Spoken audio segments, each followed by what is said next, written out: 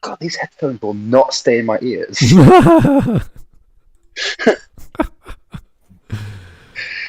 They just pop it out, and I'm like, oh my God. Amongst other technical problems, they just don't sit well in your head. Okay. No. All right. Dear. Well, good afternoon, folks, or good evening, I guess. Welcome to Smudcast number 444. It's Wes Anderson, class, and aesthetic. That is a bunch of stuff, probably not related, but we're going to find out because today is a Maggie Mayfish day, and she could take any ideas, put them in a bowl, and automatically draw connections like any crazy lady we know. She's the one. Why is Dunn not here? Dunn is a bad person. And yes, I agree. Because of that, he chickened out. I don't know. He was available Friday and Saturday. I don't know about Sunday. Never heard from him yet. So he made me suffer for this horrible Netflix show, Waste of Time. The show is called Waste of Time? I think so. Time, Waste of Time. Wheel of Time. Waste of Time. Was this... Woke of Time or Wheel of Woke? I don't know. Any of those. It was like one of those. Waste of Time is good. Those with those westerns, they have those dust that fly across the screen in those western films. I'm thinking of like a big ball of hay. Dust is a hay dust, but not dust bunny. What the hell are they called? Tumbleweed. Tumbleweed. There we go. Yeah, I was thinking of like an object to... It would have been better if it had just been 8 episodes of Tumbleweed. Oh, yeah? Yes. And it wouldn't have destroyed the first of 14 books of a wonderful book series. Yeah, there's a wonderful story. There's a lot of retcons and just rewrites and things that do not look like... Character destruction, story destruction, lore destruction. The magic system is completely destroyed. The culture is destroyed. Everything. Nothing is as it should be. Yes, Inquisitor Matthias, Wheel of Trash. Yes. Okay. Well, Dunn made me watch all of it. You can. There's a link in the channel on the Discord where you can check out all the episodes where he tortured me with it. Well. Don't watch it. We're going to start the year off right by not listening to Dunn more often than not. How's that? So, if he if he recommends something, we'll be like, wait a second, what are you doing, Dunn? Why would we watch that? If he makes excuses for something that White was turned to shit, and then he excuses it. No, I don't want to hear it anymore. Oh, well. Yeah. Dunn does like the Wheel of Time series. So it's probably one of his favorite things to critique and to see it in live action. That's why you got me on board for that. Because I love that book series. Yeah, I know. Well, they do produce The Witcher, and The Witcher also just came out last month. So, and they did something similar to it. Well, not as bad, but still pretty entertaining. I haven't watched it yet. I'm going to get around to it. I guess you'll have to ask book fans for that. I haven't read The Witcher, so I can't tell. But yeah, I think Horned Rabbit wants to make a rant video because he cares about The Witcher as I care about Wheel of Time, and he said, yeah, maybe in half a year after university and learning how to edit. But he is so pissed. He wants to do that. Okay. Well. I still have to watch The Witcher, and I've been told I have to watch it now, since my girlfriend wears the trousers in the relationship. The first season was pretty good. Lots of great fight scenes. I think Cavill is pretty great, and all the supporting cast are pretty great. So it's a fun watch. There's a bit too much weird girl power, like witches going around and like killing. Oh yeah, but. That's it, and it's the let's have random pure ethnic races there that are like why how did you get here? Right. Well, all of you. Well, how did you get here? They focus on Yennefer quite a lot in the first season, which is fine. It doesn't really matter to me, but she takes up at least a third of the narrative, and then there's Geralt, and then there's like a little bit of everyone else. So it's. I think for critique of that show, we should get someone on like I don't know. I think it was Hound Rabbit. Well, I would get Link, not Linkara. What the hell is I going to say? he does Witcher vids. He's been doing Witcher vids for over almost a decade now. So he was on the show once. He has a YouTube channel, very popular, doing Witcher vids. I think I'm on his Discord. I just off the top of my head, I can't remember his name. Starts with an L. But I would bring him on because he's a huge fan, and he's very nice, and he tears apart The Witcher 3. He still does to this day on his channel. So he's very good. Okay. At that. Yeah, no, he's great.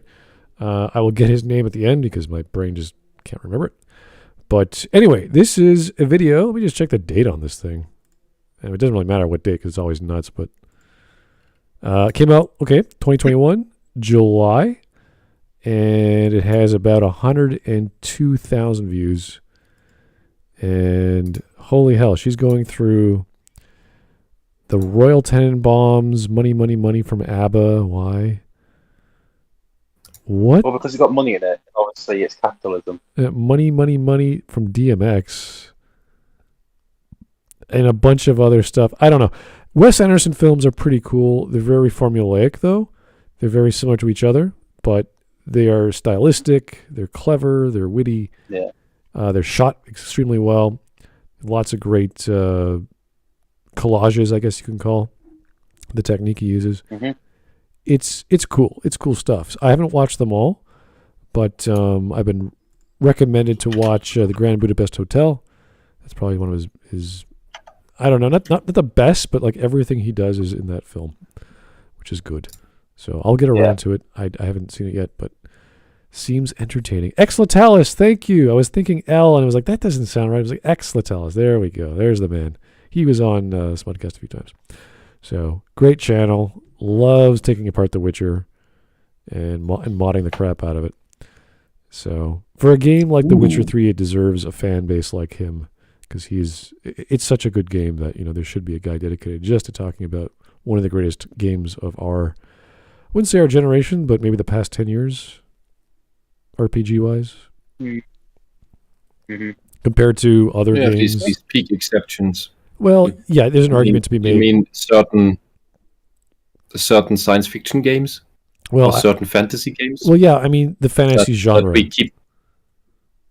That have like 3 parts and then just get weird. Well, okay, there's fantasy, then there's subgenres of fantasy. We talk about high fantasy and dark fantasy. I've been trying to make references to Mass Effect and I get that, but there's the people who made those games and said, well, if you like single player one party experiences, there's The Witcher, and then if you like multi-party experiences, there's us. And it's like, okay, so you're saying you're not as good, or you're just different? Like what? It's hard to categorize and compare those two because they're so different games. And just play Torchlight. No, play The Witcher. Play The Witcher 2 and 3. They're great. They're really the first game I didn't like because it kept crashing and I just got fed up. The second game was beautiful, and that's when the studio really came into their passionate embrace of making games with The Witcher 2, and it really shows. The choices you can make, the branching paths, the replay value, the combat was better. Like a lot of things were improved from the first game. And with the third game, they just went all full out. This is amazing. The DLCs were stellar. Storytelling was great. Open world. This is an actual open world game. You could run around and do all kinds of crazy stuff. That was to its detriment, to the story detriment rather, not to the game detriment. But talk about open world and like Inquisition. It's like, it's not really worthwhile to run around that much. You don't get much for it. So no, it's such a dead world. Was it size of an ocean, the depth of a puddle? Yeah, it feels empty, and they said a lot of shit they didn't do. Like they're gonna put AI into bears, so if you cull the bears in a certain area, they won't show up like later on in the game because you killed a family of bears. It's like, no, they just respawn. They don't care. They don't have time. They don't have time to implement all this complicated stuff. Are you kidding me? They're BioWare. Yeah, we've got to do other things like well, not branching paths or choices, but we've got other things to do, like smoke weed around the office. Figure out how to make an inventory system from scratch because no one taught them. Yeah, it's amazing. Frostbite is amazing. Yeah. It's great. Anyway. So, are you going to do like gameplay? No, we're going to talk about how the patriarchy is bad for Canada. Yes, of course, BioWare. Well done. All right. Well, we have 2 tips from Kyle Rocket. Worse. Let's get going. Why the F is Maggie looking like a sailor femboy doll? Yes. Well, Look at her makeup. What the hell? It's hard to tell. Why is she a clown again? Is that a hat or is that just like a halo? I don't know. It's not a fucking halo. That is a hat. Okay. That is a hat. That's not the background. All right.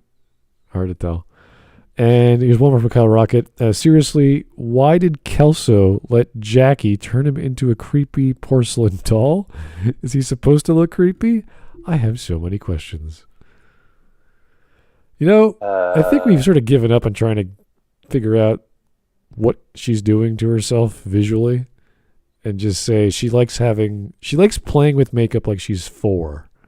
And that's as far as the thought process went. So that fits my understanding of her. Can we keep talking about video to not do the Maggie May Fish thing? Yeah, no. It's a thoughtful silence. Yeah. Anyway, we should get. Dunn is not here. Dunn is not here. Who knows? Maybe he'll pop in. We have no idea. Probably not. He's probably busy building that 600-foot box he's still on. It's fine. Also, it's Sunday, isn't it? So. Oh, he's probably doing something religious. He's probably praising. Yeah. God what time is it in North America? Right. Is he disallowed from doing fun stuff on Sunday because of his religion? Possibly. You know, we don't know. That's a shitty religion. We don't know. It depends on what time it is. What time is it in? Does he lives in Utah? Doesn't he? Yeah, I'm on the Eastern Seaboard, so I'm at 6 o'clock right now. So Eastern Standard Time. It could be. Yeah. So it could be. Can't be too far away. There's only a 3-hour difference between here and British Columbia, so. Okay. As far as I know. Yeah. Anyway, 30 minutes. Fun times. Let's get going. Yeah. Oh, hi. I didn't see you there. This video is brought to you by my patrons. If you'd like to support, head over to patreon.com. It's all their fault. Is she even trying? What is that blush? Is she even trying? Oh, hi, I didn't see you there. By the way, give me money. It's like, thanks. That's great, Maggie. Nothing clever. Oh, from when is this video? This is from last year in July? Fuck. Yeah, July. Look at this plastic makeup. It's atrocious. Yeah, And the pink background is just enhancing it. Maybe she's going to destroy it at the end, like she did with the Christmas Christmas special. Oh, we can only hope. Yeah, she's going to take that phone and use it like a lariat and just like smash everything around her. Be great. Also, I've noticed she does do that. I didn't notice you there for all of these sort of videos. It's I like, know. It wasn't funny the first time. It's It annoying. wasn't funny the first time. Yeah. Oh, sorry, I didn't see you there. No, please ignore me. Carry on. Do whatever you want to do. I don't want to interact with you. Like she has this script already figured out. I'll just keep saying the same shit. Like, okay. She didn't iron her ugly dress. Look at the collar. This is one of these dresses where you have to take care of that, or it looks like trash. Well, I don't know. Is she wearing a tie? Like, what is that? Is that? I'm not sure. It's part of the sailor stuff look. Maybe that's why the collar sucks so much because she's actually using a tie and it's not taut. I don't know. Couldn't tell you. Women and Maggie just don't mix well together. I mean, my brain is like, whatever. Don't care. Physics, women, bah. Why would you have why has she got a tie? What? No, I don't care. I started the sentence. I really don't care about the answer. Why is Maggie Mae Fish wearing anything that doesn't make sense? She just does with all her clothing. I don't know. Yeah. I started off wanting to know, and to be honest with you, I just All right. Anyway, back to. Are there really women who go out like that to the outside of their houses? Oh, geez. It's been going on for decades. Yeah.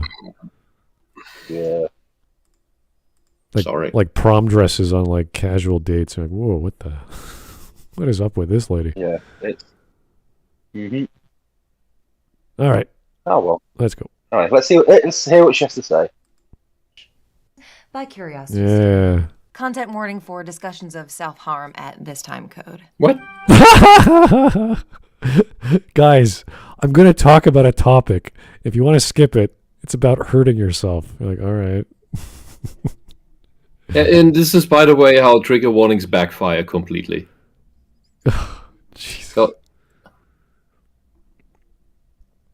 you imagine that a director or writer who makes a movie wants to talk about those things, but she's like, oh, I gotta be careful with my fan base. We're a bunch of pussies who can't hear words. Words are so bad. For someone who suffers from things like that, and not doing the attention whoring kind of self-harm, but the pain is so bad that you just inflict a wound somewhere else in the hopes that it overrides your brain and focuses on that. If you just bring up this trigger warning, the person that suffers from such intense pain will just remember that instantly, and it's quite unsettling.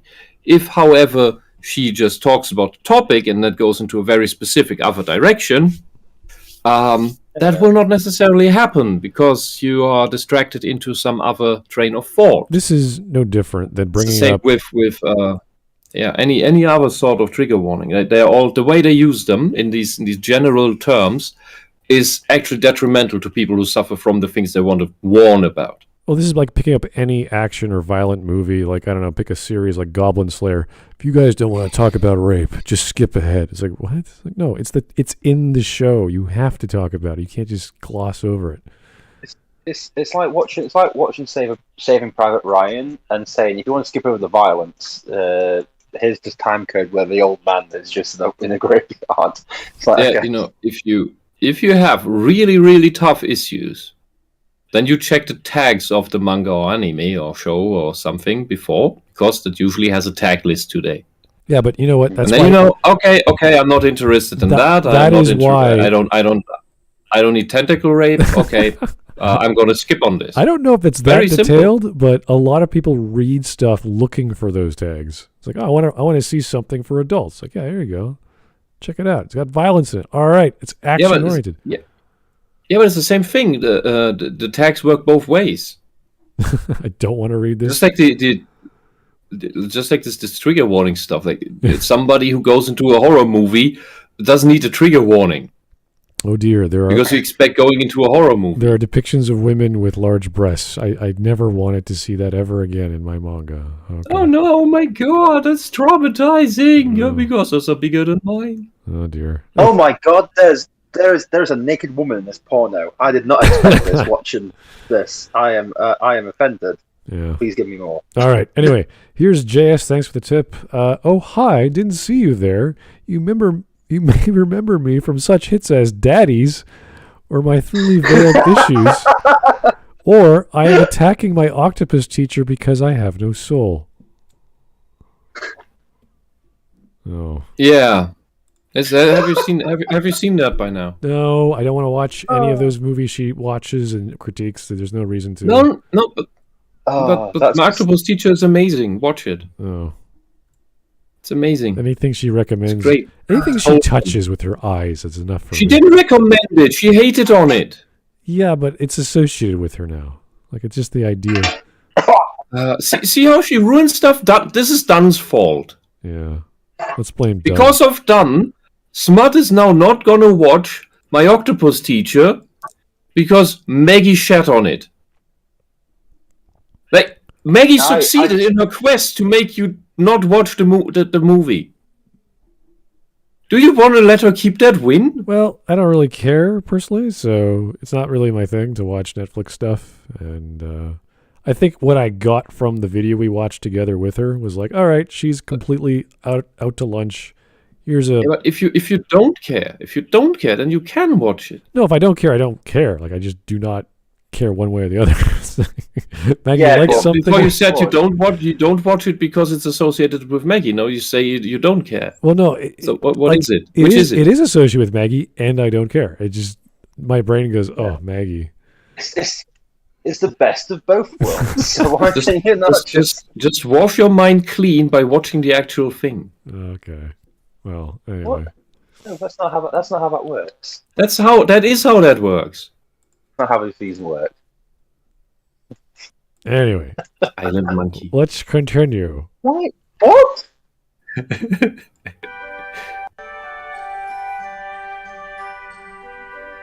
you had met me in high school, and thank God you didn't for your sake, the two things about me is that I zoned out. What?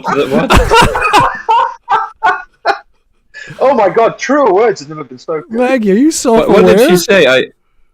I'm sorry. I zoned out from the stupid music. That was the best She line. said something. I'm gonna clip that line. That was great. Let's try this again. if you had met me in high school, and thank God you didn't for your sake, the two things that you'd know about me. Oh my I God! loved Spider-Man, and I loved Wes Anderson films. When Jeff Loveness's Spider-Man Wes Anderson came out, people would run down the hallways yelling, "Maggie, have you seen this yet? It's the two things that you love, Spider-Man and Wes Anderson." And it was just absolutely the best thing that I'd ever seen. Does this story make you feel old, Jeff?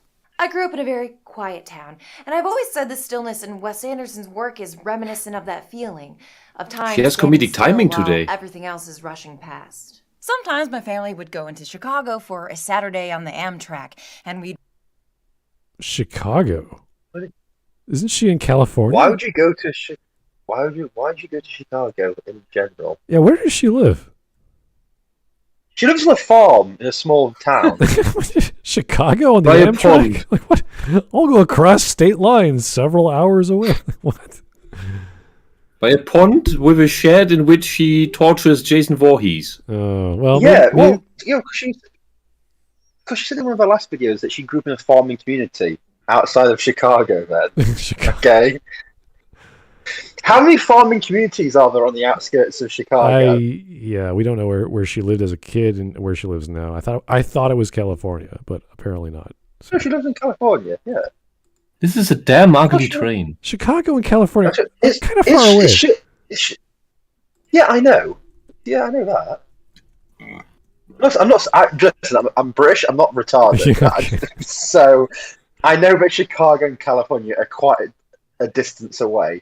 Like they're at least 5 miles apart. There's a good couple of distance. We're a couple of Britons away from each other. Like you don't just like I'll take the Amtrak from Los Angeles to Chicago for the weekend. It's like what? I'm going on my bike for a quick stroll down to Chicago. Like one's at like the end of Lake Michigan. The other one's like touching the ocean. So it's a little far away. One's on the Pacific and one's in hell. Yeah. So maybe she lived closer as a kid. It's fine. It's not a big deal. Anyway. Yeah. Her video has gotten significantly better the past 20 seconds. So. Yeah. We're just confused. We're confused for logistical reasons, not for anything she's said. Yeah. She's lived everywhere. Yeah. She's lived in a small, large town in a farming community on the outskirts of Chicago in California. She goes away on vacations on the weekend on Amtrak. Yeah. Yeah. Of course. All right.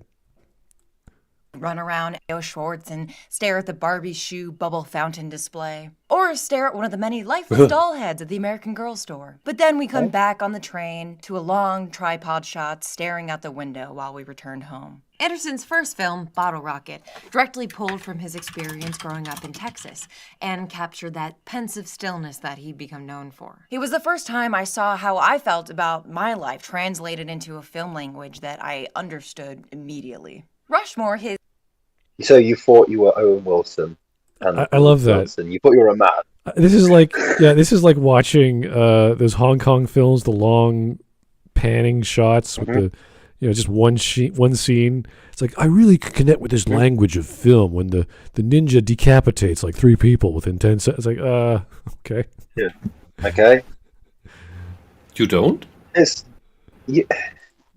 don't really connect with any movies because they're just movies. The language of film.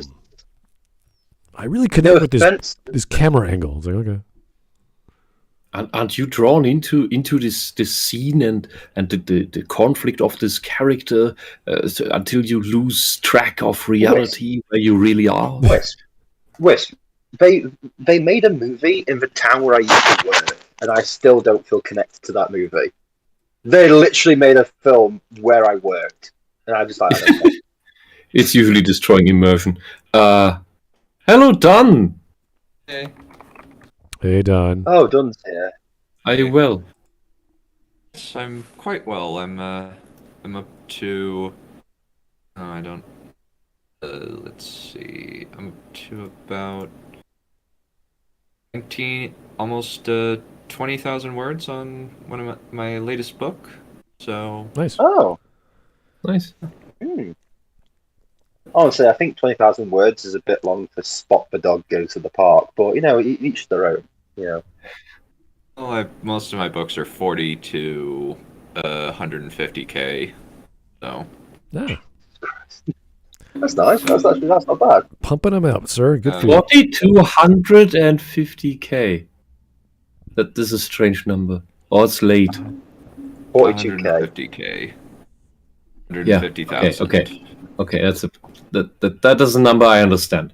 All right. Well, Yes. to clue you in here for this wonderful video we're watching, she's actually funny. She made a self-referential joke, and now she's trying to say that she really connects with Wes Anderson's cinematographic whatever experiences. So I just thought she just connected with a Wilson twin in Texas, because that's what I thought she sees herself as a man. So that's what I'm... We do know He has that long she hair swings like both me. ways. We do know that she That- swings both ways, officially. we don't Both know. ways. We're not sure. That there is not a Oh, proper well, Slav squad. Don, did you just say fish? Didn't. Well, considering that she said that both Orlando Bloom and Liv Tyler were her sexual awakenings in 2001, I'm pretty sure that she's bi. How old was she then? -2? Well, she's my age, unfortunately. Oh God. Here's Mariner 1712. Thank you, sir, for the 3. Hark the fish of Maggie May to ring in the new year. Yeah, well. She is 30. So She's 30. at the time she was 9. She She doesn't. was 9. You shouldn't You know have a what, sexual awakening at 9. Something's wrong. I will say she does not look 30. She looks older. It's hard to tell. She changes her appearance and makeup Yes. multiple times. And each one more unattractive than the last. It's amazing.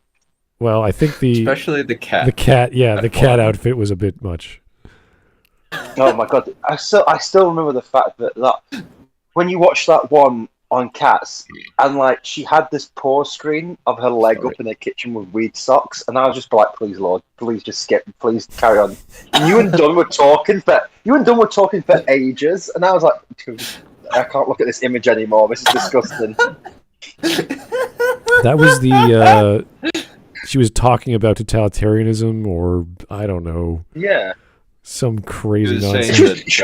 that- She was talking about that with her leg up in the kitchen, wearing weed socks, and I was like, no, I don't want to see her with her legs open. No, please move on from this. We can talk about it later. Move on. Skip from the image.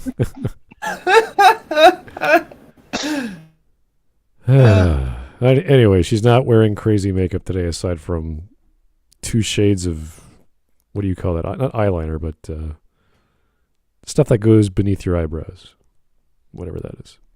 Eyeshadow. Okay, cool. Yes, that's what they. Yeah. That's what it's to say. Or if my girlfriend likes to put it with her, what the fuck is she doing with her makeup? She looks like a fucking clown.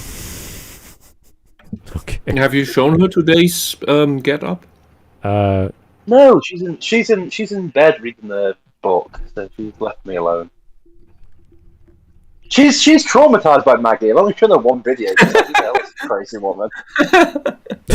All right. Anyway, I've never seen like, you know, when girls do that like evil squint when they don't know what's happening. Like, my girlfriend was just looking at her going with that makeup tutorial, like, what is she doing with this stuff? Does she know? Is she like 6 mentally or something? Is that something only girls do? Yes. Damn. Girls are very vicious when it comes to other girls doing makeup. So. No, I mean the evil squint. Oh yeah, girls do the evil squint, and Chinese people, but that's about Guys don't do the evil. If they're Chinese, then yes, but other than that, no, they don't. No, guys don't really do evil squint. Huh. Another giveaway. Interesting. all right. Anyway, let's get going. Feature film also employs this stillness, but instead of communicating the stillness of isolation from the world, the stillness in Rushmore is our protagonist being isolated from everyone else around him by his own stunted immaturity. In my humble opinion, it's the Royal Tenenbaums where Anderson really elevates his presentational style. In a film about a family that has isolated themselves from one another, he uses his characteristic visual approach to describe the fraught relationship between the royals. Certain family members. You okay there, Dunn? My mic fell out of its thing as I was adjusting it. All right. I could read a. Good thing I bought super chat while you're sorting that out. Yeah. I could read a. Fine, it's all sorted. All right. It's all sorted. Here's JS. Thanks for the 2. She's bi, to quote Count Dooku, twice the pride, double the fall. What? Oh, that's a good. It's That's the a Revenge good. of the Sith reference. Yeah, I know it's a Sith reference, but I what? Yeah, twice the pride. So because she's bi and like double the fall. It's very simple. I thought she's married now. Don't. No, They all say that. Elton John was married. Okay. But they all lie about being married. These faggots. They just hide in plain sight. Then they become gay in their old lives. Oh boy. All right. I sorry. I do apologise. I had dinner with my grandparents. They're very racist. They don't like gay people. It rubs off on me sometimes. I do apologise. Merry Christmas in the They Hawk rub Castle. off on you? That's terrible. You need to call somebody. No, it's fine. I like them. They're old. Oh, really? Like if they're masturbating on you, that's a really bad thing to happen. They're what? Oh yeah, I spent Christmas with my grandparents, and I've been talking to him. Dunn, God, if they're masturbating on you, that's really bad. How did you link those two? They said they're rubbing off on you. Oh, good lord! You're supposed to be a very religious person. You shouldn't be knowing those terms. Well, they're very repressed. Baby Jesus is Doesn't mean crying. I'm not worldly. The religious folks Baby are very Jesus repressed, is crying. so they see into words a bit too much. Anyway. Yeah. Humble Maggie in her opinions. Here we go. Member that I haven't spoken to in years. Hello? Hello? Hello? Oh my God, it's David Crockett. Who the fetch is this? Who is this Nerd person? fan? Why is this here? Yeah. Why am I watching like a 5th grader's rendition of the Alamo?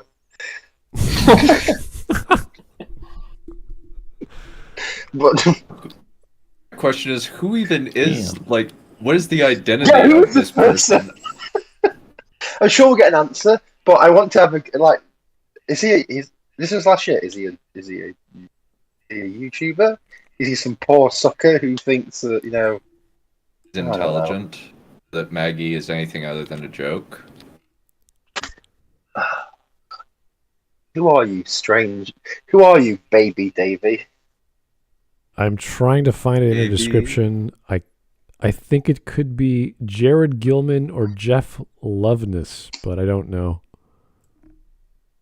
There's not any links or anything. Yeah, I don't know who these people are. Those names sound like gay men names. I'm very sorry.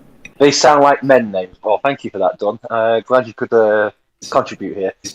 Jared and Jeff. They sound like gay men names. Okay. Like... Jared and Jeff are gay men? What? Well, their surnames sound like the Gilman names of gay and men. Loveness. Okay. Oh. Gay surnames. Okay, yes. How do you go from there to there? I don't know. Gay. Well, he went from seeing my grandparents to masturbation. So love that gay surnames. I'm not. He seems to be on a very sexual endeavor today. Yeah, I guess the new year. Church must have been hard today for him. So That's what Not happens. really.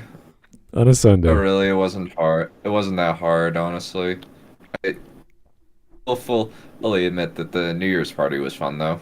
Oh. Oh, well, This is from a guy who doesn't drink, so that's pretty cool. Oh, that's all right. Yeah. Yeah, I got to chat with somebody who I both like and disagree with about Wheel of Time. So it was. Well, you talk to Whisp all the time. I don't know what. His name is Matt Hatch. He runs the Dusty Wheel, and because it is. Whoa! You're doxing this person here right now. Hmm. If I go to wherever you are, Mormon Town or whatever it is in Utah. It's called Utah, and it's much better to live than Britain. Whoa! Oh, okay, calm down. I do like True hurts. So I do like if you look at the video. This is not how you hold a telephone to your ear. Not? I think we're learning life skills here. Yeah, just pick up phone, hover it near your head. You don't pick the whole thing up. Yeah, you don't show the camera. I'm holding a phone. Like, why? It's like it's to show the kiddos that's where you put the phone numbers in. It's because kids don't realize what old phones look like. Yeah, it's called acting, I guess. I don't know. Show the camera everything. Acting, quote unquote acting. I'm acting. All anyway, right. let's see where this is. It goes. Oh, I'm so glad about that. Royal's the first. What a wonderful scene! Thanks for that wonderful interlude, Maggie. Lots of meaning to be found there, I'm sure. Anyway. Yeah. Was that a guest of her, or was that cut from some movie? I couldn't tell you. Leave the family when he abandons them / gets kicked out. Chaz, the eldest Tenenbaum, lost his wife in a plane crash and is still struggling with his grief. Margot hides behind a wall of secrecy God, and background is in a music. loveless relationship with Bill Murray's character, even though the true love of her life is her not-blood relative, Richie Tenenbaum. Richie was a child tennis star, but when Margot's pulled out of his life, he's not able to put it back together. Margot's also having an affair with her childhood best friend, Eli Cash, who was a second-rate novelist struggling with a mescaline addiction. The iconic character intro montage shows us where the characters are at the beginning of the film. They're each placed in a separate, highly stylized box. They're visually alone, and they're also alone. Visually, Whereas it looks in like a Bottle Rocket, European Anderson's movie. stillness was an indication of setting, and in Rushmore, an indication of the main character's point of view.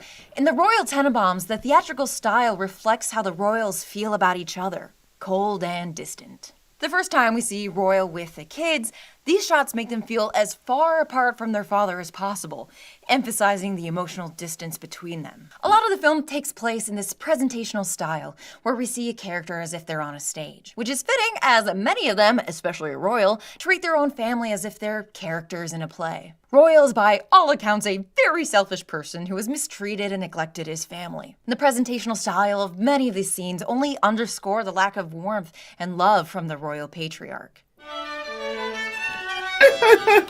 That was a very quick chapter. I hate her violent background music. No, Whisp. It's beyond. It's not just a pretentious joke. It's annoying. I think it's actually the sound. Is it the soundtrack to the movie? I'm trying to remember. Oh, It It's sounds like probably copyright free. Oh no. yeah. it sounds like generic violin noises to sound like Artsy. Yeah, you're in the Baroque era or something. all royal dance nonsense party crap. It's like one instrument away from a Like Wheel of harpsichord. Time. Yeah. It sounds Like Wheel of Time. and I hope if this is an actual classical piece, so be it. It sounds completely dysfunctional. It sounds like a The whole classical cacophony. music sounds weird. In my ears, it's just a cacophony of violin and other noises. Like everyone's going at a different pace, doing different notes. And just stop it. I honestly just And in find, between all of that is Maggie. I honestly find most classical music, especially like orchestra performances, having been in quite a few of them, extremely irritating and unlistenable. Really? Yeah, I played bass in an orchestra and I hated every second of it. Wow. I hate that type of music. You played a double bass. I played one of those giant The big violins, smart. The double bass. I played the yeah. double bass for quite a while actually. Wow. I Interesting. played lead triangle in the school choir. The double bass in English. I can't play it now to save my life, but was able to. I did play it for a while, and then my parents decided he's not giving this any of his real effort. Let's let him quit. Wow, that's a very specific. Was that provided by the school, or did your parents say, you know what, we're going to get our kids a double bass? Latter. Okay, interesting. That's a very, because I was playing all kinds of instruments when I was growing up. One of them was a French horn, and no one else wanted to do it, but not because my parents wanted me to. They got me into piano, and I got my Royal Conservatory grade 8. But that's my own thing. For band practice, like no one else wanted to do the violin, no one else wanted to do the French horn, and I was like, okay, well I know music theory, but like that's a really hard instrument to play. I don't want to do. It's like, oh well, no one else can do it. It's like, oh fuck. Just because I know the piano, doesn't mean I know the French horn. So, Well, Yeah. the piano and the French horn are very similar instruments. oh yeah, sure. Just like a staff is a sword-like weapon. Yeah, exactly. Yeah. Oh god. So I don't understand what you're complaining about, Smod. You just use your fingers and Yeah. things work. You just use your fingers and blow in a really, really tiny hole and spit like crazy, like you're. It's just- Okay, so enough about playing the applies to enough so about many playing the things. piano. I'm gonna say just spit everywhere. So enough about the piano. How do you play the French horn? It gets messy. Your People, description yeah. description of playing a French horn applies to something very, very different and more organic based. Well, if you look at the mouthpiece for the tuba, the trumpet, and other brass, like the French horn is the smallest, and you're forcing air in a very, like your lips have to be pursed at a certain shape just to get a sound out of the damn thing, as opposed to a trumpet where you just like, no problem. So it's Comparing women to musical instruments, Smud? I would only do that with the cello, because the cello, you wrap your body around them.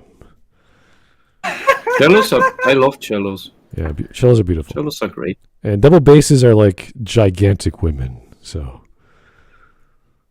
You have to be into that. Yeah, exactly. You have to be into the French horn. The same with every other. You have to be into that sort of sound. So, and performance. So, anyway, back to Maggie May.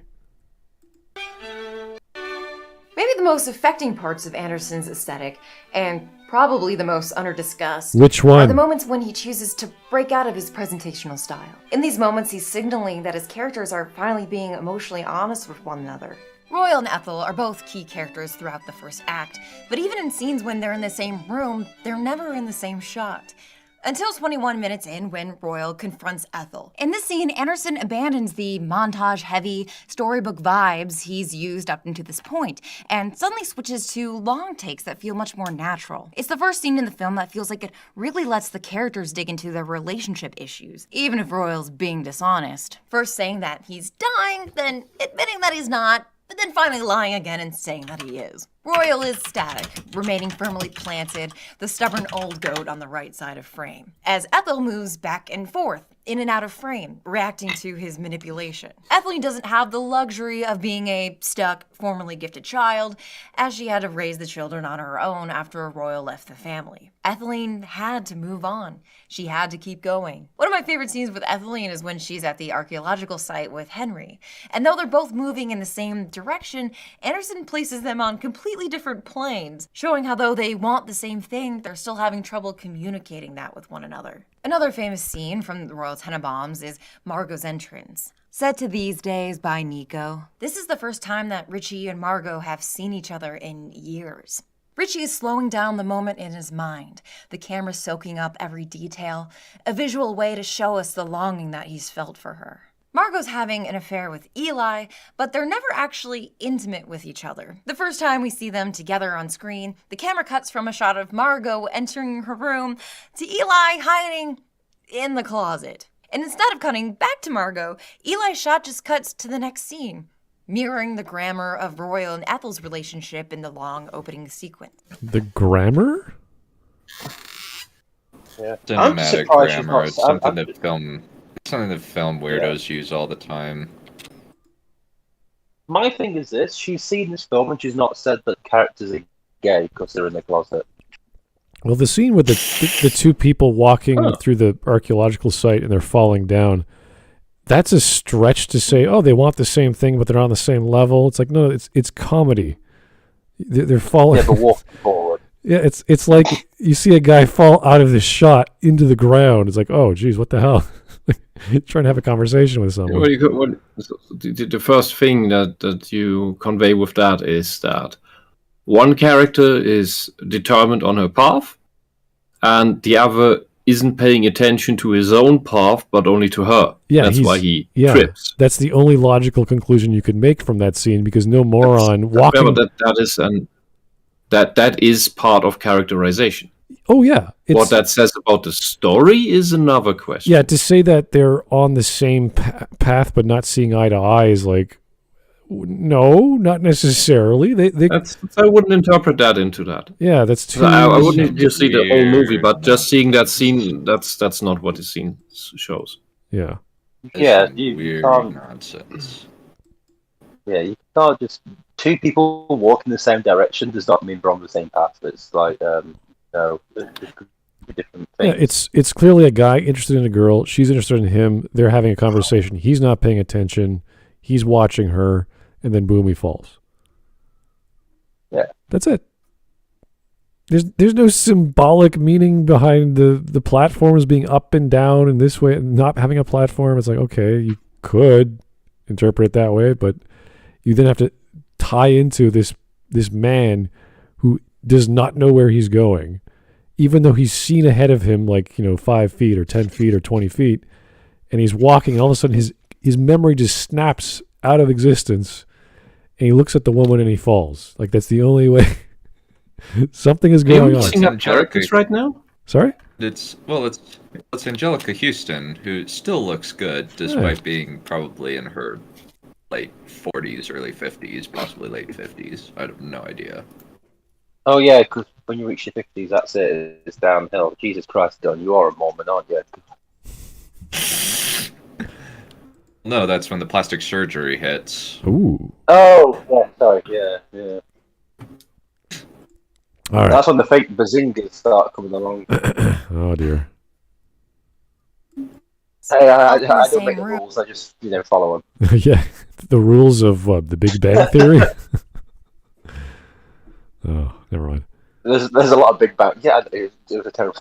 The horrible rules of Yeah, it's awful. storytelling, the Big Bang Theory. Oh God. We don't see them in the same shot. There is an emotional gap between them. Margot and Eli's relationship culminates in a single take as they confront their broken relationship. They snipe at each other with petty insults. You're in love with Richie, which is sick and gross. Do you send my mother your clippings? We follow along as the shot ping-pongs back and forth, almost like we're watching a tennis match, a competition. Margot was attracted to Eli's success as a writer, and Eli was attracted to Margot's place in Royal's family. They were having an affair, but for all the wrong reasons. And by the end of the shot, they've come around, finally understanding each other, finally seeing things from the same perspective. And the scene is tagged with this brilliant move, revealing the private detective that's been watching over them. The overall scene not only recalls Richie's tennis match earlier, where Margot was the emotional center of attention, but the reveal of the private eye even matches the way that we saw Royal watching Richie's match from up high, looking down on everyone else, trying to maintain some semblance of control over the family dynamics. And immediately after, By sitting on the top of the bleachers under a statuette? What? Semblance of control? In a tennis match? Like, what? Like, Okay. I do see that this is a very, very visual style of movie making. So you do have a lot of meaning into the placements of where is the actor, the character compared to everything else in the shot. That is a consistent theme here. Yeah, Wes Anderson is this quirky, goofy sort of way of telling a story. It's almost comical to a certain satirical element. To interpret satire or comedy into this, overbearing father figure who left the family. I'm like, what? What are you talking about? Okay, he's exerting control by sitting. About the position where he is sitting, above everyone else, in front of the angel statue. Yeah, you can interpret that into that, or at least you could also interpret that this is where he feels comfortable, where he wants to be. If you want to be or where he feels he should be. A show off. That's you can interpret this in many different ways. Yeah, but I don't like her because it's not just that. It's not just he's clearly exerting his control. It's like, what? No, he's just sitting. Well, he's not exerting his control. He's just sitting. It's like a metaphor for his control. So he's not exerting it. It's just a metaphor that the audience can see. It's Maggie giving it more depth than it actually is. She's describing action to something passive. Yeah. Here is JS. They are having an affair, but for the wrong reasons. Maggie, please enlighten us about the right reasons for having an affair. That's a very good point. It's like the Patrick meme with he's standing there menacingly. There's loads of good reasons to have an affair. Oh, am I the only person? No, okay. If you have an affair, listen, she have came on serious to problems. me. I have never had an affair. Good. You shouldn't. It's stupid. Yeah, it's just the married women I've been with that had the affair. She came on to me, officer. I honestly. All right. After the bridge scene, we cut to the private eye filling in Richie and Raleigh.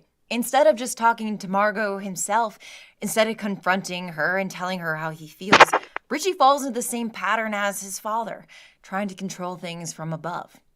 And failing. How is hiring a private eye controlling things? You're just hiring to get information. You're not changing anything. Knowledge is power, just control. You're not manipulating anyone. You're just, I'm getting information from a third party. Well, before you can manipulate someone, you need to know things. Yeah, but he's not actually doing that.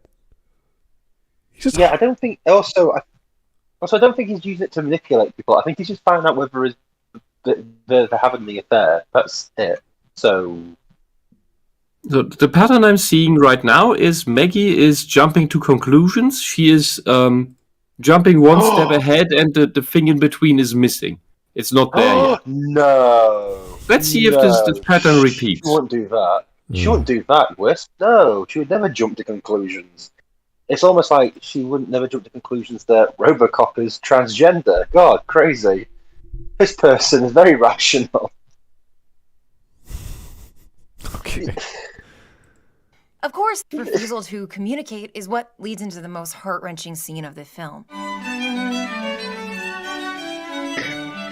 Believing that Margot has chosen Eli, he removes the costume that he's been hiding behind his whole adult life. This shot is similar to many of the other head-on, flatly composed shots in the film, but with one big difference. Now we're in Richie's personal space. There's almost no shots in the entire film that place the actor that close to the camera, especially not with the actor looking directly into the lens. Or when they do, it only lasts for a few seconds, and it happens to be the other on.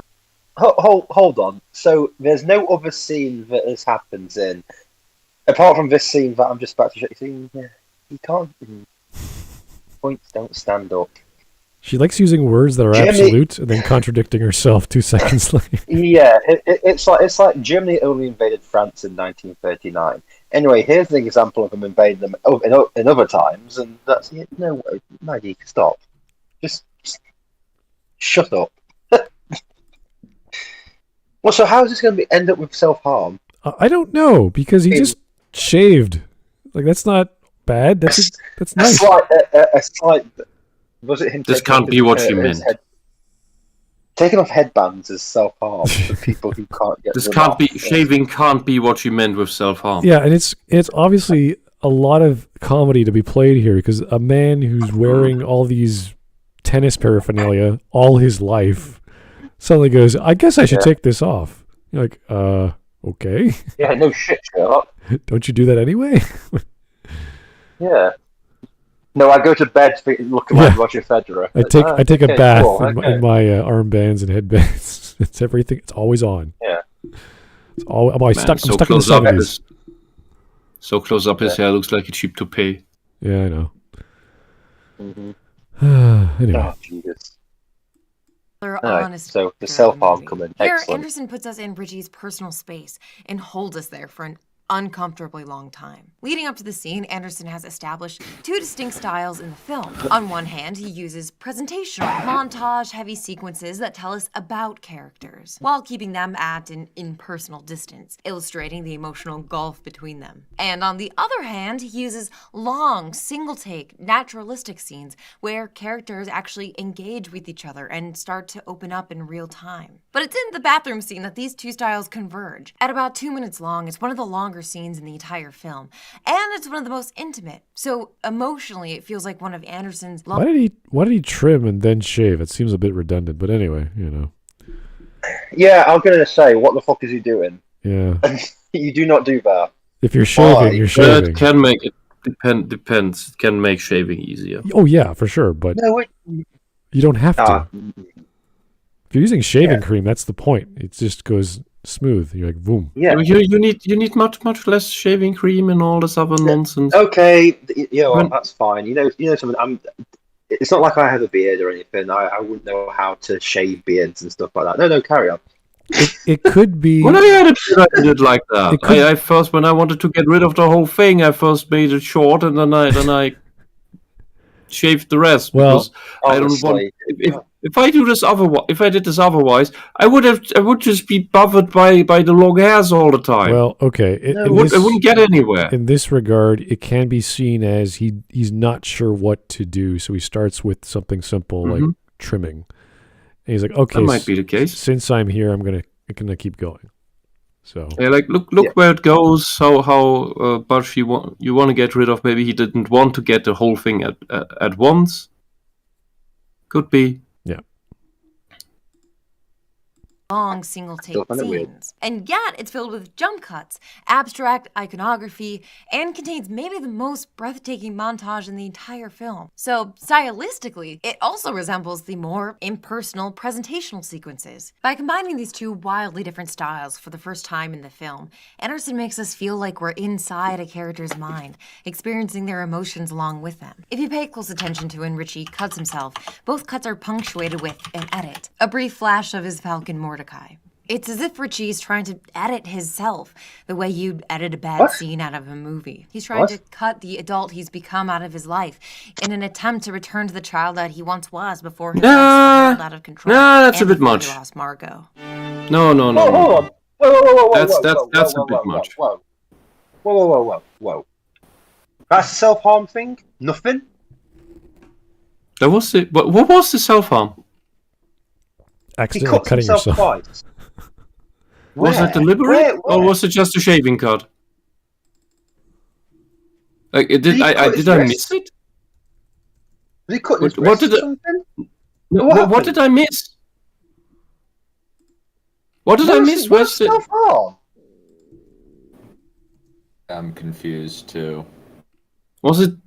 Chad, please help out. What was the actual self-harm? Did he accidentally cut himself while shaving, or what is the thing? What did he cut? Because he goes, when he cuts himself twice, it flashes to a falcon. I'm like, right, where's he cutting himself? Is he doing his wrists? Because he doesn't seem like a man who's reacting to being cut, his wrists being cut.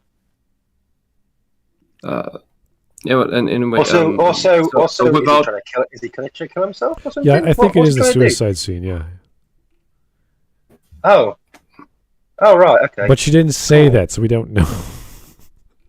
Yeah, that would be nice to. No offense, I came onto this video because I know Fantastic Mr. Fox. I didn't know this one, so when she mentioned about self-harm, I was like, oh right. And also, you gave a warning. She showed nothing. There's nothing to be warned about, and she never brought up the fact that this is what leads to self. This is what he's doing with self-harm. It's like, right, you might as well never have mentioned it. Why bring up this scene? Why bring the scene up at all? Because Maggie is crazy. So I would have liked to see this movie before, because it's difficult to know whether her interpretations even make sense without knowing it. Usually her interpretations are crap and completely either overinterpreted or something completely different that has nothing to do with anything. Yeah. Cutting your beard off is the same as shaving your hair off. When characters do that, or cut long hair off, like a ponytail or something, and the cutting long hair is usually done with women, and yeah, that is an action of freeing yourself of an old concept of yourself, or of something that. Like you want to begin a new chapter in your life and leave the old one behind, whether that was your own trappings or those of other people. Apparently, like that's okay. But she goes so far as to say he wants to revert to his childhood. No, because he didn't have a beard then. That's without some movie may be crazy enough to have a character like that. Okay, but generally, I would call that into question. There's a lot of like someone in the chat who's seen the movie, please correct me, but I think that's a stretch. Yeah, no, a lot of people interpret that scene as poorly done, considering the rest of the tone of the film and the way that Wes does his shots. So, especially because he's this weird dude that we're not really invested in. We don't really know much about him aside from he loves his sister. And as soon as he learns about other stuff that she was having an affair or whatever, he gets sad and kills himself. And you're just like, what? That's it? Oh, right. You're like, okay. So there's no logical connection outside of him. He's really hurt and he kills himself. And the montage is... Am I zoning out so much? Did I miss that? Where was the self-harm? Well, she didn't show it. Did he?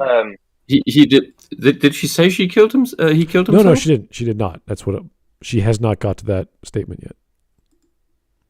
Okay, because I'm massively confused here, and it's starting to get annoying. I know. She didn't describe its suicide. Its actual suicide scene. Name the fucking child by its name. Yeah. Anyway.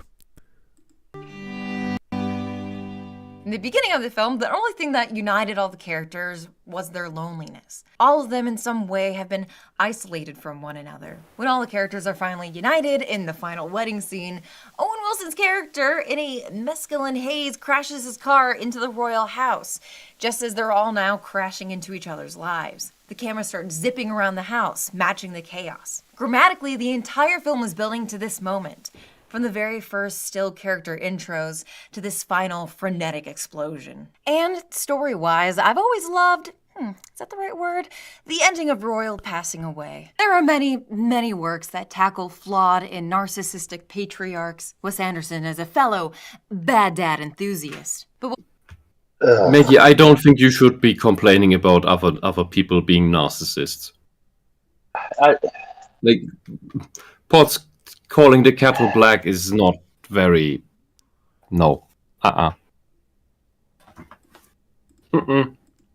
No. It's just, this is... But then narcissists are unable to see that they're narcissists, so what the hell? Oh, what do I know? Ugh. Where's Anderson's? Oh, bad dad stuff. In his personal life, he's a bad dad. Therefore, he knows how to write a story about bad dads. Mm-hmm. It's like, okay. Oh, he's a narcissist. You're happy about his death and you clap. Does that mean we can clap when you die?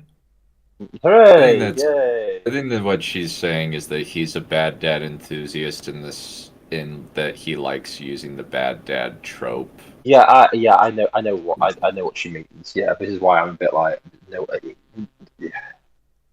Ugh. Anyway, the suicide scene is an attempted suicide. It's not an actual death. So. Oh, really? Yeah. And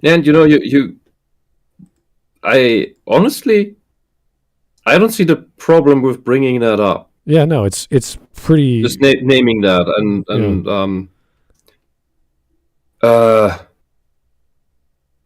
I talk from experience, and you can talk about that topic freely. Just bring that up. Like, stop being a pussy, Maggie. Well, she did dress up like a literal pussycat. Well, So if you're gonna give us a warning, I know, but what you're talking about, it's like, what are you talking about, Maggie? Does he do something to someone else? Does he plan a murder? Like, what is he doing? I mean, and honestly, suicidees who can't talk about suicidal topics shouldn't be out here watching your videos. They should be in a clinic. yeah, If you can't stand that, because people with suicidal experiences tend to talk about their suicidal experiences and also want to know, well, not necessarily want, but it helps exchanging those of the whys and how it went and what happened, because that helps you understand your own. So, and you tiptoeing around the issue shows that you are an immature idiot who doesn't know what you're talking about at all, and you never will.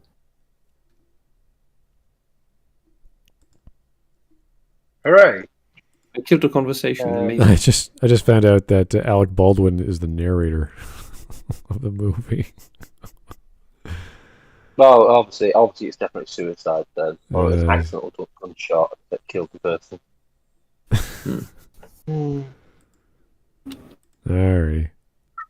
Anyway. What really makes Royal's arc work for me is how Anderson focuses not just on him, but on those he leaves behind, and how freeing it is for them to receive closure and move on. When Royal finally does pass away, no one speaks at his funeral. A fitting tribute to a man who used his words as weapons, who would never shut the hell up, and who always filled space with meaningless bullshit. Even the epitaph he wrote for himself is bullshit. Is that more projection on your part? Dishonest character, among a cast of damaged people who were always hiding the truth from each other and themselves. But by coming back into his family's lives, he forced them to confront their demons and collide with each other. In the end, Royal redeems himself simply by accepting the fact that he can't control his family. I never understood any of us.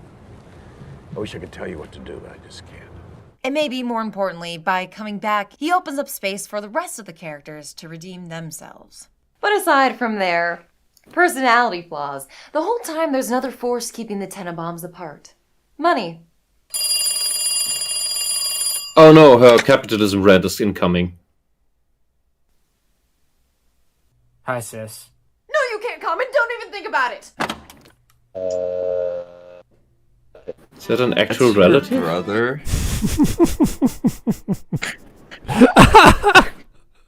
Is she projecting her entire, or trying to project her family relations because she's watching or critiquing a Wes Anderson film? I am, yes, I think, but I'm with this skit right now. I do wonder how much of her behavior is an act, and how much is really her. And how, or does it just naturally flow into each other? Because, to be honest, this skit, great comedic timing. Yeah, it's fast. I'll give it that. It's quick. No, it's just comedic timing is not just speed. It's the right motions at the right frame. Give it time to breathe and then hit at the right frame. Oh, that's what this does. I don't know if her staring, like Tom and Jerry cut. Well, yeah, but staring at the phone like a weirdo is kind of pushing it. Yeah, but you could say that's a thing of the awkward phone caller who's afraid to say something and maybe just breathes into the phone. You're telling me she's a crazy lady who stares at phones when they ring? No, her brother is. Well, no, she zooms her face right at the phone when it rings. Yeah, but that was that was after she put the phone down. Well, she did the first time too. So yeah, I don't care about these skits. The Nostalgia Critic does shit like this. I don't care about that. So she's less funny than the Nostalgia Critic, and he's so unfunny it hurts. So it doesn't really matter. I'm not saying the skit is good. I'm just saying the comedic timing is good. Yeah. That aspect of it. Okay. All right. I'm not saying that. So. So somehow we're going to jump into the Money, Money, Money song by ABBA because it's the 70s. So why not? Capitalism critique. Yay. Communism. Yay. Oh. Many of the reasons the Royals have been isolated from one another can be boiled down to a financial problem. Royal is first separated from the family because he's arrested for embezzlement. The only child that he gave the time of day to is the future tennis prodigy. Chaz, who started a business as a child, later treats his own children more like employees rather than his sons. Margot's escapist lifestyle is only afforded because of their wealth, presumably, and later her marriage with Bill Murray's character. And Margot's early success as a playwright is later attributed to her family's financial status. Eli's career success only hits home how untalented he truly is, and his inability to be honest with himself leads to his addiction problems. The children have all monetized their passions since their childhoods, so their lives become their jobs, which pushes them away from each other and away from the things that they love doing. While money explicitly created many of the problems the Royals are dealing with, it's only through addressing and examining their relationships do they begin to heal from their cold, distant upbringing. The Royal Tenenbaums, to me, reads as an empathetic parody of wealthy families. The play-like aesthetics of Anderson's style is connected to the unreality of the absurdly rich. In many ways, the Tenenbaums are merely playing a family without really being one until the very end of the film. Just like you play being a normal human. A common visual trope used to portray affluent families. It's a truism from life that's been translated into our art for centuries. The rich have the luxury of time. their life is allowed to be slower. The poor and working class are way more affected by outside forces. It's unpredictable, and they don't have the luxury of stillness. I mean, this visual dichotomy is basically the entire premise of Downton Abbey. Just compare when we're above ground with the Crawleys. There's an emphasis on stillness and formality. And then when we're underground with the mole people, the scenes are much more Are you joking? The mole people? Oh my god, it's almost like these people were working and they have to be fast. Have you worked in a restaurant, Maggie? Okay, if you You guys didn't have... work a day in your life. Yeah, if you- Maggie is essentially admitting that she is a rich person. Okay, guys, I don't know if you've ever seen an episode or watched the Downton Abbey movie. These are really good shows. These are really well done, well shot, well acted, and you have your aristocracy, and you have the working people, and they don't all get along. Obviously, there's problems, but not once do you go, you know what? The aristocracy is treating this mole person badly. It's like that never happens. They all respect each other in their own unique British way. It's very not stiff upper lip. It's very like quiet. They're not like, I'm gonna discipline you later, but I'm not gonna show it to you in public because I don't want to embarrass you sort of way. It's that sort of like, you did something wrong, I'm gonna take you off the side and train you properly, whatever. It's very well thought out. It's never like, oh, this guy's a jerk. I can't remember one scene where there's one guy who's just cruel to the help or the work. So, and when you get to the movie, it's all very, very well done. Everything's a very well-oiled machine. How the family works and how the town works and all the people involved. Of course, they're going to get the Queen to visit, which is a really big event. And Is it the Queen in this one? I thought it was the. You sure it's the Queen? The Queen and King, yes. Yeah. Okay, that's fine. I'm just trying to remember the time period. Yeah, I don't know the exact date. It's early 1900s, isn't it? It's got to be around there. These are one of the Downtons are. I think it's 1920s, so it's probably going to be King George. Yeah, it's done pretty well. It's done like, they got to polish the silver. You got to do everything twice over, make sure everything's perfect, and da. And but the thing, going to a point of these are the mole people, it's a bit like no. Yeah, it goes into their lives. There's stories with each of these characters in the show, and they each get their own episode. They have their own relationships. They have their own standing. They have their own standing with everyone involved. It's not just a third-party character. He comes in, does his thing, and leaves. No, they're in the show for seasons. So, no, they're not considered mole people. No. They got dreams and aspirations. They have relationships. They get married, et cetera, et cetera. So, no, they're not mole people. Yeah. They have good jobs, and they like them. They're respectful jobs. So I don't see the problem. It's like, to be honest with you, it's like, just imagine, like, when you talk about these mole people, it's like, just imagine you're working at a hotel. If you ever worked at a hotel, it's similar to how it is with, like, these old houses and everything. The only difference is you leave at the end of the day. In the old days, they used to, like, live in quarters. Exactly. Yeah, they have their own place to live and sleep. And it's like a dormitory almost, but it's they live there. They get skills. Yeah. They learn to cook. They learn to clean. They have food. They have food given to the. I mean, they're not looked after, but they have a life. It's not like they're slaves. Exactly. Even in the movie, they are not slaves. In the movie, they actually drug the royal chef so they can make their own food for the Queen. Mm-hmm. So they take advantage of this guy who's French and pompous, and they drug him, put him to sleep, and then they do their own cooking. And it's such a big deal that because I'm cooking for the Queen, it's a big deal. And then they realize at the last minute they're not cooking for the Queen. They get so pissed off, they drug the cook. Oh, you just had some wine and fell asleep. We don't know what happened, so we have to take over for you. And they were ordering food from the town, and the town was like, oh, my food is going to the Queen. Oh, everyone's a big exciting story of entertaining the royals.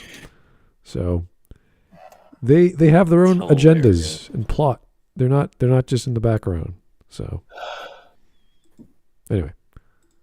Loud and chaotic. No, don't stop staring. The bottom will burn. Stories like these can be described as a comedy of manners, satirizing the artificiality of posh society. One of the more famous examples being Oscar Wilde's The Importance of Being Earnest. In the same vein, the fantastic film Rules of the Game from 1939 is a satirical look at upper-class French society at the brink of World War II.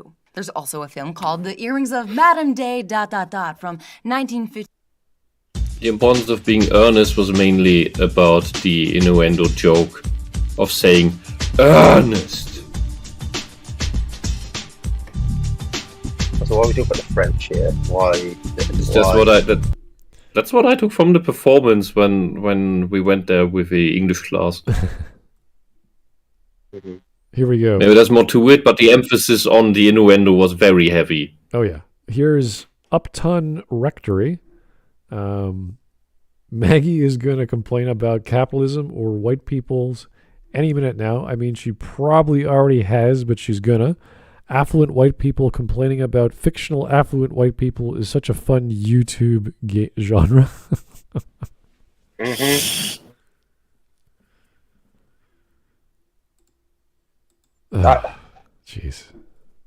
Honestly, guys. The thing is, we're going to the... again, why is it all the time? It's like we start talking about movies, and I just have this feeling that somehow with the collapse of Western capitalism and the rise of the communist empire, it's going to be somewhere that Maggie goes down. Right. Plus, by the time we get to the fantastic Mr. Fox, it's like, oh, Jesus fucking Christ. Yeah, and we're talking about...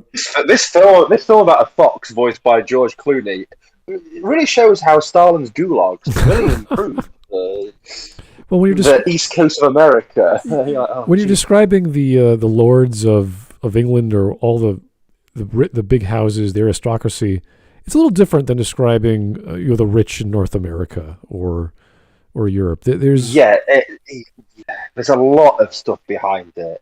Yeah, and you're talking about who was serving the crown, who was serving in the military, were they part of Parliament? How did that change when the House of Lords changed? All these factors. These families aren't just... These families didn't strike it rich 50 years ago. Because this is old money. We're talking... There's families from like the Norman Conquest in 1066 that were, these are families that have been around for like 1,000 years. It's a lot different than, the Kardashians. There's a lot of history. Yeah. So there's a bit. It's a bit of a cultural shift when you look at a show from Great Britain talking about the past 100 years or whatever scenarios it's in, compared to the past 100 years of America or Canada or whatever. So you can't just say, oh, look at this, the mole people. It's like, wait, slow down. What are you talking about?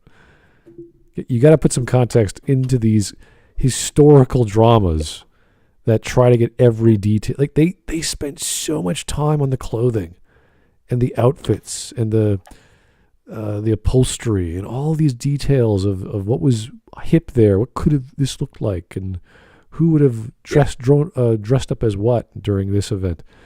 So it was it's a period piece. They get a lot of effort into, and you could tell how much passion they put into their craft to make these sets and these costumes, and the cars they had to get, the dogs, all the settings, the vistas, the hills. I mean, I'm sure there's lots of. But no, Smud, no, mole people. Yeah, old people and the poor who work for them. Yeah, they're all bad. Yeah. Oh my God, the poor working for the rich. That never happens, especially not in communism. You're all poor. I'm Maggie. Give me money, so I'm not poor. Okay. 53. Lee's character is so vapid on purpose, it makes me want to throw a fancy chair through her expensive window dressings. It's great, and I think the Royal Tenenbaums would comfortably fit right next to them on a shelf. Which brings me to my first favorite Wes Anderson film. Oh! She's a furry, I guess? Were you gonna say something?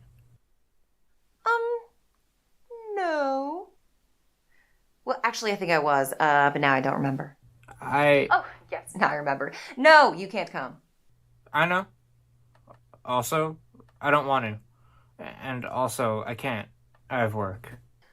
Okay, well, actually, I'm in the middle of working right now, so... Get on with it. Give me a call back in a few minutes. That's horrible. Jeez. How does that phone even work? My junior year of high school, I was in full swing training myself like a little polka-dotted rat to, in my mind, ace the ACTs and win my one-way ticket into Chicago. Stuck in stillness no more, I spent every spare moment, not with my friends, drilling practice tests, taking extra college classes, wolfing down every possible scholarship opportunity. Yeah, and you failed miserably because you're a fucking idiot. But yeah, so why do you want to go to Chicago? No one cares about Chicago. It's a terrible place. Is it acting school? Like, what did she do? Oh. Get on with fantastic Mr. Fox. No one cares. Because equal to my need to escape was my need to find a way to pay for it. Welcome to my YouTube channel.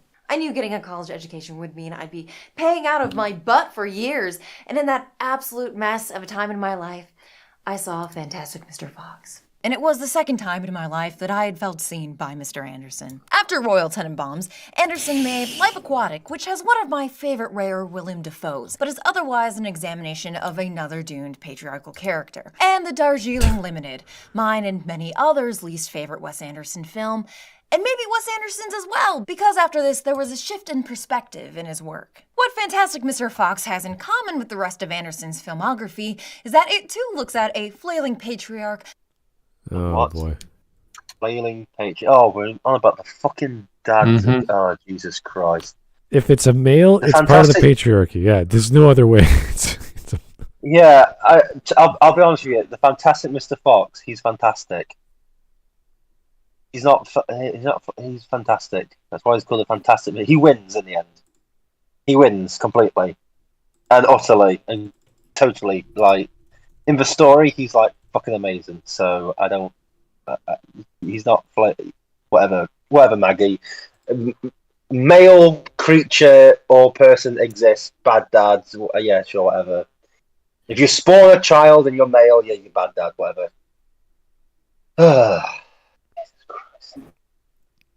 I mean, technically, it's the fault of the mother.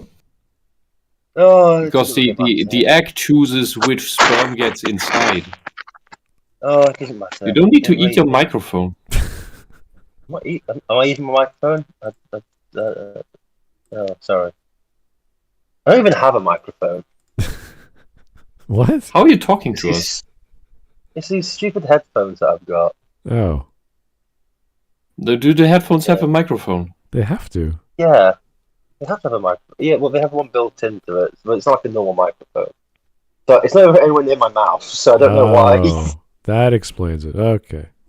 Yeah. All right. Also, they're falling out my ears as well. They keep popping out. I'm like, I hate these things. Ah. What the hell is wrong with them? It sounds as if the cables aren't properly soldered. Anyway. There's no cables. They're wireless. Well, see? I actually prove that I'm right. Yeah, that's The all. cables Why are is missing. that is true. Why is the cable missing from this Bluetooth headset, Hawk? Yeah. I was just like, which was like, technically I'm true, the best sort of true. Well, no, technically correct. Sorry. Technically, you are right. The best kind of right. Yep. Okay. With his aid lot in life. Except the foxes in this story are unmistakably lower to middle class. But pines are pretty hard to come by in your price range. Mr. Fox and Mrs. Fox, voiced by George Clooney and Meryl Streep, begin as criminals, coded as free spirits who steal for fun and for profit. But when Mrs. Fox reveals that she's pregnant, Mr. Fox agrees to give up his life of crime and settle down. Fast forward a few years, and Mr. Fox is unhappy in his life. And at the center of that, he feels unsuccessful. And instead of listening to his wife, he goes behind her back and sets out to achieve some sense of former glory, which spectacularly backfires and ends up unhousing his entire community. A lot of good animals are probably gonna die because of you! Mr. Fox's character arc is exemplified by the 2 toasts that he gives his wild animal companions. In the first one, Mr. Fox drunkenly interrupts Mr. Badger to take the spotlight and basically shade all of his neighbors. But I guess we have... I'm sorry, maybe my invitation got lost in the mail. Does anybody know what this Badger's talking about? He's basking in... Question, is the CGI or actual stop motion? I think this is CGI. Probably, yeah. Oh. I don't know. I think it's a mix. Yeah, they probably had like models for all the stuff, but it was probably like a lot of it is CGI. Hard to get like the minute movements. Here is the fantastic Mr. Fox. I'm going to wager Hawk's Catalytic Converter that Fantastic Mr. Fox is a film about how hunting and guns are bad and how apple cider is symbolic for the gold that isn't backing the US dollar and ruining the economy. I haven't had any cider in years. Wow. I had cider last month. I just don't drink it. You don't drink anything, Don. It's perfectly There is fine. non-alcoholic cider, you know. Why would you bother with Well, that's a good cider. point. Yeah. Well, like, I just don't like the taste of any cider. It's like, was it? We delivered, like, for New Year's Eve, someone wanted some non-alcoholic Guinness, and I'm like, why? What's wrong with you? Why would you have this? Why? Why would you buy non-alcoholic Guinness? The idea of Guinness is alcohol. What? No, not just, but the alcohol carries the taste. Well, it's 4.2. Point right? of alcohol. One of Guinness the is points very of alcohol. light as a beer goes, so it's you could, you know. Yeah, there's not much in it to begin with. Yeah. And if anyone in your says chat, it's for the drivers, yeah, fuck it. No, in the chat, just drive drunk. in the chat, Giga Chat said, "Nope, stop motion." Really? I hope that is true, because this looks good. Watch the film. Yep. Watch the film. All right. Film. Well, so anyway, carry on. Here is Tyler Preston. Thanks for the 1. Maggie. Oh my God, this anime Kill la Kill is a brilliant critique of the patriarchy and how society sexualizes young girls. I totally relate to Ragyo Kiryun. The themes are amazing. Directors, I just like to see some titties. Pretty much. Yeah, not inaccurate. Yeah, it's a similar reason why everything in Game of Thrones every single act of titillation happened in Game of Thrones. It's because the showrunner's a perv who likes brown women. Yeah. Oh, just like in the Eclipse, not Eclipse, Expanse. What the fuck? Well, no, Expanse is I'm tired. Actually, some writing involved. Planning. There was writing involved in Game of Thrones. Well, from the books. Up until a point. Yes, of course. Yeah, it's just factually the guy is a perv who's attracted to brown women and just completely goes off on it in his books. It's really creepy. Race fetishism. Yeah. I had race fetishism. It's actually like specifically like he doesn't know what race they are. Like brown women are attractive because they're exotic. Oh, fun. That is even worse, I think. Like it's like specifically you don't know what what race she is. Maybe she's Thai or Filipino or whatever. Like that's an exact quote. But what's the culture and such? Like some people have affiliations towards specific cultures because there's something they like about it.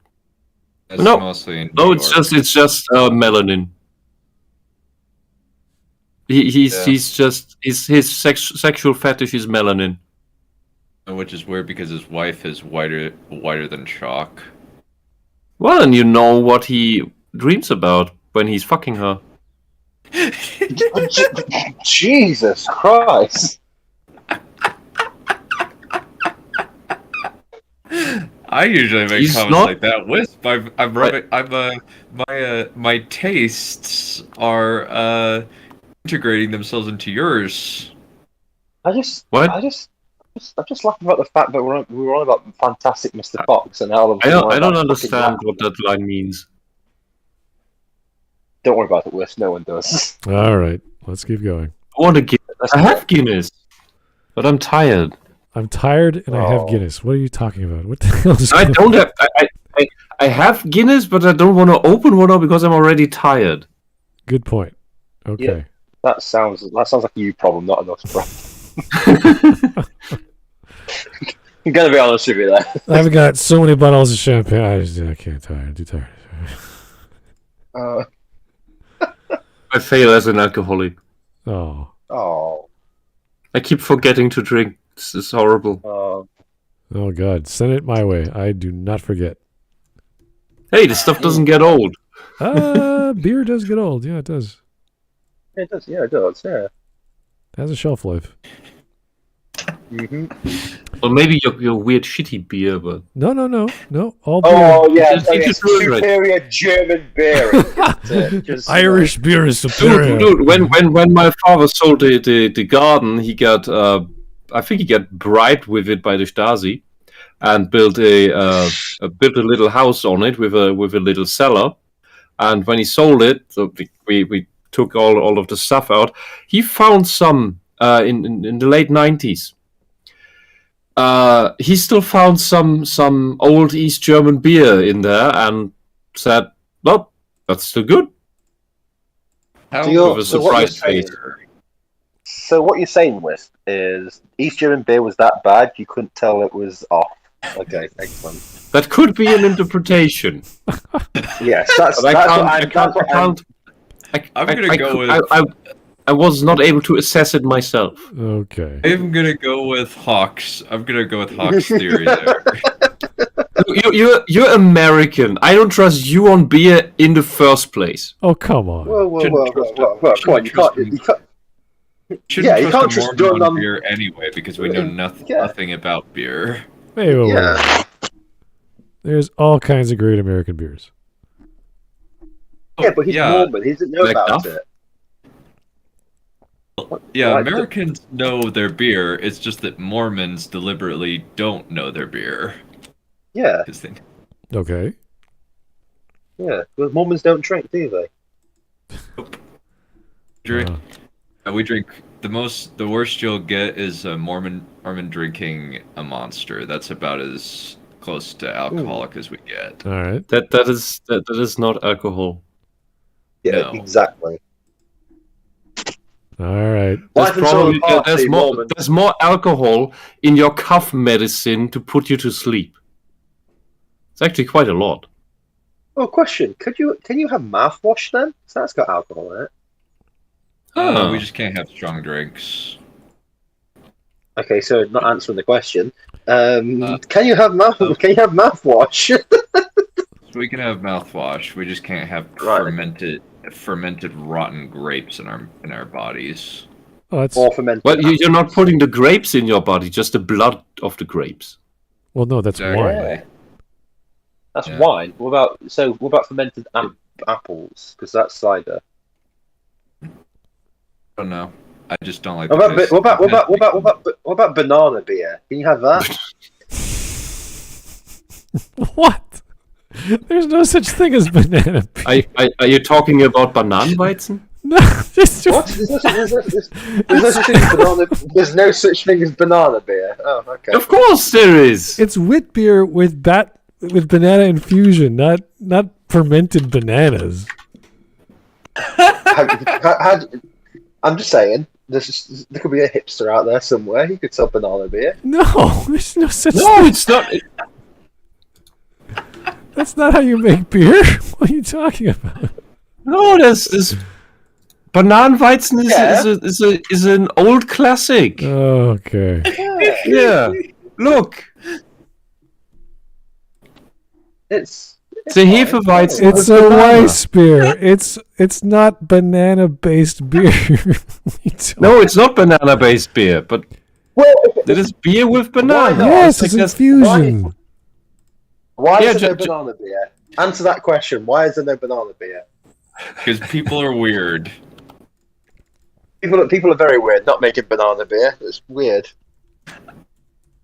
People used to make beer out of turnips.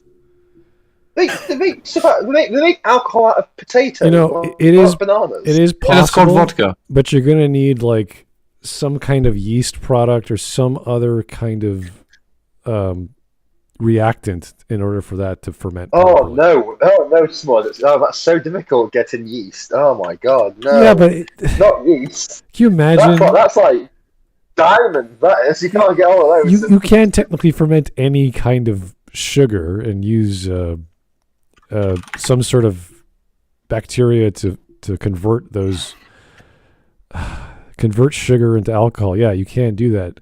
The question is the flavor any good? And I don't think.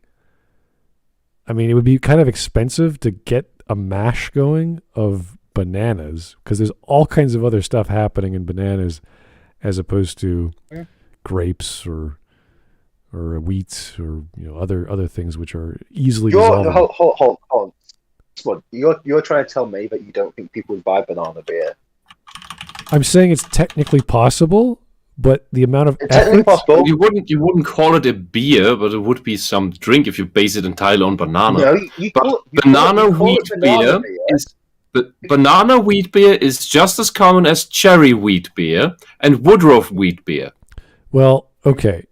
What I'm saying is, I think that might be a pilsner. No, I think it's a pilsner. No. The Woodruff is a pilsner. What I'm saying is, if you eliminate the wheat, if you eliminate the hops and all the other things that make beer, technically speaking, you can use the same process for sugar, fruit sugar from a banana. The problem is there's other stuff in a banana compared to other fruits and other sugars. Like you have to filter out a lot of stuff.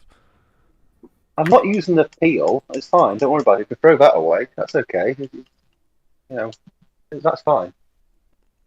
All right. I mean, it can be done. I'm gonna make banana beer. I'll just sell it to hipsters. They'll drink it. I would try it. I would be very It's not curious. hipster stuff. It's a very conservative drink. Oh yeah, when you have. I'll be honest with you. Whatever I make, I'm going to sell to idiots who wear checkered shirts and curl their mustaches. It's fine. Well, that is probably going to work because they drink everything that has weird colors. Well, have you tried hipster cider? Blech, it's disgusting. What's the most popular cider that you have in Great Britain? What's the most popular cider? Yeah. Well, a well-known brand, let's say. Unfortunately, it's going to be Strongbow. Really? Oh, wow. Yeah, everyone drinks Strongbow. Okay. Strongbow is really popular because they've also got their Strongbow dark fruits. So people like that version of it. And Carling's now doing a dark fruit cider as well, which is really strange. Yeah, there's a lot of weird ones. I remember one, was it Dutch or German? It's called Rekorderlig. And Rekorderlig, yep. Yeah, they do not just cider, they do like bumbleberry or what the heck was it? They do, we do it, they do strawberry and lime, pomegranate, kiwi. I guess this video is just so boring that we just want to talk about anything else. What? Oh, yeah. Sorry, yeah. Anyway, back to a fox. Yeah, here we go.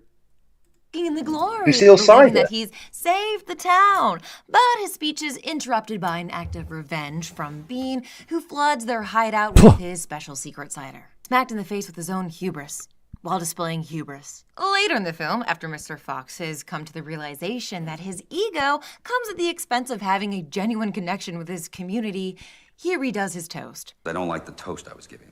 I'm going to start over. This time, he's able to recognize and appreciate his neighbor's unique gifts and talents. Mole, Talpa Europea, what do you got? I can see in the dark. That's incredible. Beaver, castor fiber. I can chew through wood. Amazing. Badger. Melis. Demolitions expert. What? Since when? And then there's Ash, his son. He's different. Ash has grown up in his dad's shadow and is desperate for his father's approval, although he also resents that he needs it. I think I'm an athlete, and sometimes I feel like you guys don't see me that way. Ash's cousin Christopherson comes to stay with the family for the summer, and he's everything that Mr. Fox wishes his own son would be. Woo! Whoa! Look at that! This kid's a natural. I'm speechless, Christopherson. To me, this film has one of Anderson's best flailing patriarch arcs. Throughout the film, Flailing? we see Mr. Fox place his idea of himself over Patriarch those around arc. him, and we see how it pushes his own son away. It's not until Mr. Fox comes to this realization. I think I have this thing where I need everybody to think I'm the greatest, the quote-unquote fantastic Mr. Fox. And starts acting selflessly to liberate the town, do they succeed. And it's not until he accepts Ash for who he is does he regain his son's trust. And while I love the story about a town coming together, a patriarch learning to put others first instead of himself, and animals rising up against their clay people overlords, what I love most about this film is the pure, raw animal energy radiating from the screen. What? The animal energy? What the hell does that mean? I'll be honest. She likes the animals because she's a furry and wants to. That's what I wanted to ask. Just because sounds like she's. Yeah, just because they're anthropomorphic doesn't mean they have animal energy. That's. Well, yes, because I constantly see foxes standing on their hind legs in suits. Yes, that is a common animal thing in Great Britain. Every family father is a patriarch to her. Well, every father is a patriarchy. Well, every adult man is a patriarch to her, and patriarch always means negative in her mind. Well, it's just because her father never loved her, and I can see why. Because if my daughter acted half the way that Maggie does, I'd disown her. So, oh well. Just because they're anthropomorphic, I just don't get this. Like when you think of animal energy, you think of like aggressive fighting, or we see someone in an MMA fight, like he's constantly attacking, or not using. She's probably just a furry. With all we've seen before, that's the simplest explanation. If this is actually stop motion, which I think it is, because you see a lot of jump animation, like the animation's sort of dodgy here and there. That would not be smooth. That would not have a quick reactionary sort of animalistic behavior. It would be like, okay, it's very poignant and stiff. It feels like they're trying to have performances by actors, and they're trying to do lip syncing properly, and whatever. All these people are trying to say their lines correctly, and they're trying to get the action scenes right. Yeah. You can't get that level of detail from stop motion, I think, and call it animalistic or animal energy. Yeah, no, I agree as well. It's not possible. If it was, I'm just zoning out because I remember watching this movie and it's not the way that she says it, so my brain's just not paying attention anymore to what she's saying because I'm like. Here's JS. Thank you for the 2, sir. Has Maggie ever actually said anything positive about a male role model character? It seems like no. Unless you're RoboCop, it seems like in her eyes. No, maybe not. She wasn't even positive about him being a male. She was only positive when she thought he was transgender. Well, that's what I mean. Oh God. Yeah, she was becoming a whatever, and you're like, oh, I guess she liked that. I don't know. It seems like in her eyes, male characters are either useless or symbols of the patriarchy. Yes, and yes. I would say symbol of the patriarchy, yes, in everything she's described. Useless, for the most part, at least what she's shown us today. All the male. And that is the exact way that all these socialists write male characters when they get a hold of something. Well, we're talking about main characters. That's the way that this fits. This completely fits. Yeah, when you have main characters. When she sees male characters is the exact way that her ilk writes male characters. Sure, but you want these characters. Paranibara. Sorry, who? Paranibara in the Wheel of Time TV show, where he's kind of a wuss. Oh.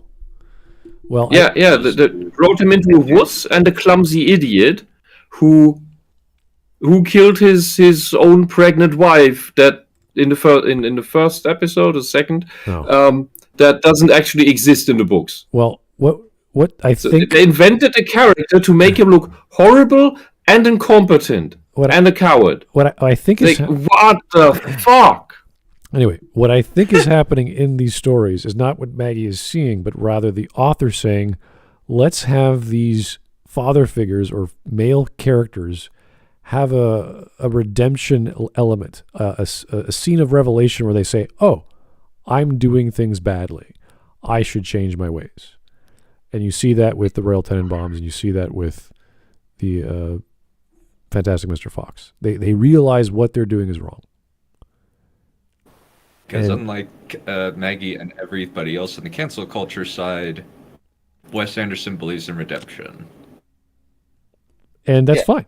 That's great. That's you like. I like stories like that. It's good to see someone change their ways and how that works. And apparently Maggie likes the redemption arc as well. But she sees it from and the there lenses. would be no conflict. There would be no point. It would be impossible to have such a thing as a redemption arc or a character finding humility or wisdom or anything like that if you don't have a journey to where the character is not yet like that, because then everything's just the same from start to finish. Right, and you need that development in a story for a character to be learning a lesson of some sort. So redemption does require learning, yeah. But she always frames it in the way of, oh, these people are part of the patriarchy, where technically taking the word, yes, they're father figures, and that is patriarchal, that's true, but she's using it in a different way, and we know that. Yeah, because if he's part of the evil all-controlling patriarchy, why is he struggling? Why does he have to change his ways? Why does he not get the best apartment right away? Why isn't he always awesome and always winning and everything around him works and like a Mary Sue? It sounds like the patriarchy is kind of shit and doesn't actually care about men. Yeah. What's up? And that men don't actually have the power ascribed to them in general. It just doesn't exist anymore. Never existed the way they describe it. It's like people are flawed. Wow. They're mistaking this whole. There has been a king in my country. Therefore, all men are ruling over all women. Oh, yeah. What? Yeah. What? One man at some point in time was head of something somewhere. Yeah. That means that all Therefore, women are below us. Therefore, the homeless, poor guy who's starving is oppressing me. Oh boy, here's Giga Chad. Hey, Giga Chad. Hawk has clearly never been to an Indian reservation if he's never seen quadruped animals walking and running at inhuman speeds. Seen a few, but every time I do, everyone shouts about wanting to go to Wendy's. They say, "Wendy, go." I guess they're hungry. Oh, God. Oh, no. Oh, bad joke. No. Well. So why did I go to the Indian reserves? Why? Let's just keep going. All right. Yeah. Camera is ever still. Because of the style of claymation and Anderson's insistence on using real animal fur, on screen everything moves like a Van Gogh painting. Everything vibrates. Nothing is ever still in the Fantastic Fox universe. It radiates energy in every moment. One of my favorite scenes is when the teacher, played by Owen Wilson, tells Ash the rules of Whack-Bat. There's a scene where Mr. Fox and Wiley are stealing squabs, and we track their movement through security cameras. There's a classroom explosion, rabid dogs, and halfway through the movie stops for what's basically a music video. Even the way the characters eat is comically animalistic. It's such a departure from Anderson's highly stylized live-action films, while somehow also being one of his most... What? It's still highly stylized. What are you talking about? Are you retarded? It's so different from his stylized films while also being stylized. It's like, I think she's trying to say it's different than their other films because it has animals in it and they act like animals. And you're like, yes. Okay. Yes, that's... Yeah. And it's animated instead of having real people. Yeah. It's still stylized, you numbnut. Like every other film has different style. It's like, yeah, you're right. Why are people giving money to this lunatic? Oh my god, Shrek is so different to Lord of the Rings. Yeah. It's stylized. Yeah, stylized different. It's like, yeah. They use computers to make the style. It's like, yeah, they did that in Lord of the Rings as well. Yeah, but it's 2 different films. Yeah. Really, though, they had all the actors kneel the entire time. Yeah, one is funny. The other one is also funny. Just one is more deliberate. Totally different. Yeah. Anyway, One's And what a honestly, fitting way to Shrek portray- is darker than Lord of the Rings in some ways. What? Really? There's a What? moment. Well, specifically, Mama Bear. There's a moment where you see Mama Oh, Yeah. Dunn, grow a pair. Don't cry about that. That's fucking it's hilarious. Like, no, specifically, like it is hilarious, but it is much. It is. The idea is that bear got skinned a lot. That got skinned and put on Lord Farquaad's sex X-pad. Yeah, but okay, that happened. Okay, Lord of the Rings is a lot of people dying in it. There's a big. I can't believe you've ever said Shrek is a lot. Yeah. Okay. Shrek has some like Shrek. Okay, maybe one. Take a breath. Maybe the heads. Slow Maybe sentences. Yeah. Maybe the heads. It's fine. The head Anyway. flying. The head. Yeah, the head's flying over the battlements of Gondor. So a bit darker, but Yeah, it's still like, wow, that's an impressively dark joke for a kids movie. Yeah. Okay, I'll admit it's a dark joke, but I don't care. Kids. Oh, it was hilarious. It is hilarious. It is incredibly funny. All right. Family what's not funny? was the Maggie. inverse of the Tenenbaums. In the Royal Tenenbaums, money was always there in the background, informing the characters' actions, but always unspoken and implicit. It wasn't so much a concrete obstacle as a constant source of underlying anxiety. But in Fantastic Mr. Fox, wealth is what the rich use to stomp on the poor animals while maintaining unequal No, they're animals. It's the British countryside. What the fuck? This has got to do with wealth. I just zoned out. Sorry. The humans use wealth to stomp on the animals.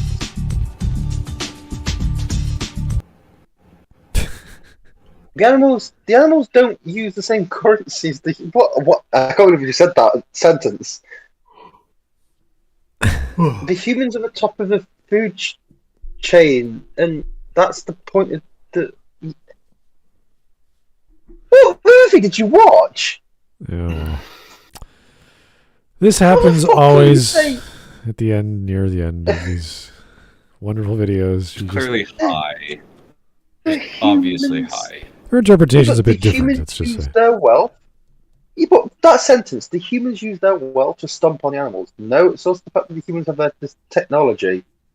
And they're human. It's civilization. So this collective way of thinking is just so disgusting. Humans always eat animals. That is the natural order of things. Yeah, but why is it? Wealth doesn't give you power to do everything. Yeah, I would agree with that. All right. Here, you can't. And the thing is, what money does not solve all your problems. There are some things that money cannot solve. Yeah, like can't gain immortality simply by using money to get at it. Yeah. Okay. No, there's loads of. Well, maybe that was like, yeah, Dunn's going to jump in the shark a little bit there, but yeah. I always jump the shark. I live for jumping the shark.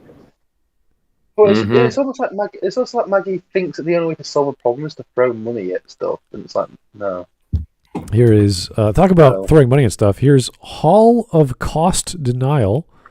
Thanks for the one. Why is Maggie dressed like a serial killer kindergarten art teacher? And I don't know if I can take her argument about the patriarch seriously. You said patriarch, not patriarchy. We haven't seen a single scene of Mr. Fox getting pop-up ads for Russian singles on his boat shopping website.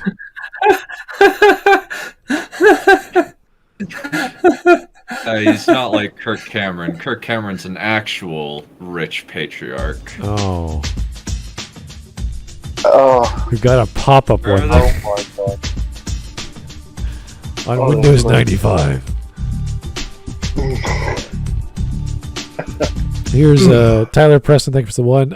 Maggie's Twitter. Still not overseeing supposed leftists defending Kyle Rittenhouse. Yeah, he is a boy. And it's these boys who are white supremacists, rapists, racist. You know them. Yes. What? She wrote that? Who are you referring to? What? That's on her Twitter? Holy that's what she wrote. Yeah, that's on her Twitter. Oh, wow. Well, she blocked me, so I don't know. I can't see it. Well, I'm suspended from Twitter permanently anyway, so well. I don't have a Twitter. I don't give a shit. Well, I just find it funny. They're all attacking this guy who defended himself. It's blatantly obvious he defended himself. And they're attacking him because he killed 2 innocent people. It's like, what? Innocent? Wait. Is it, did I get this right? She is liking a message that paints people Rittenhouse hang out with as rapists? Supremacists, rapists, racist. You know them, yeah.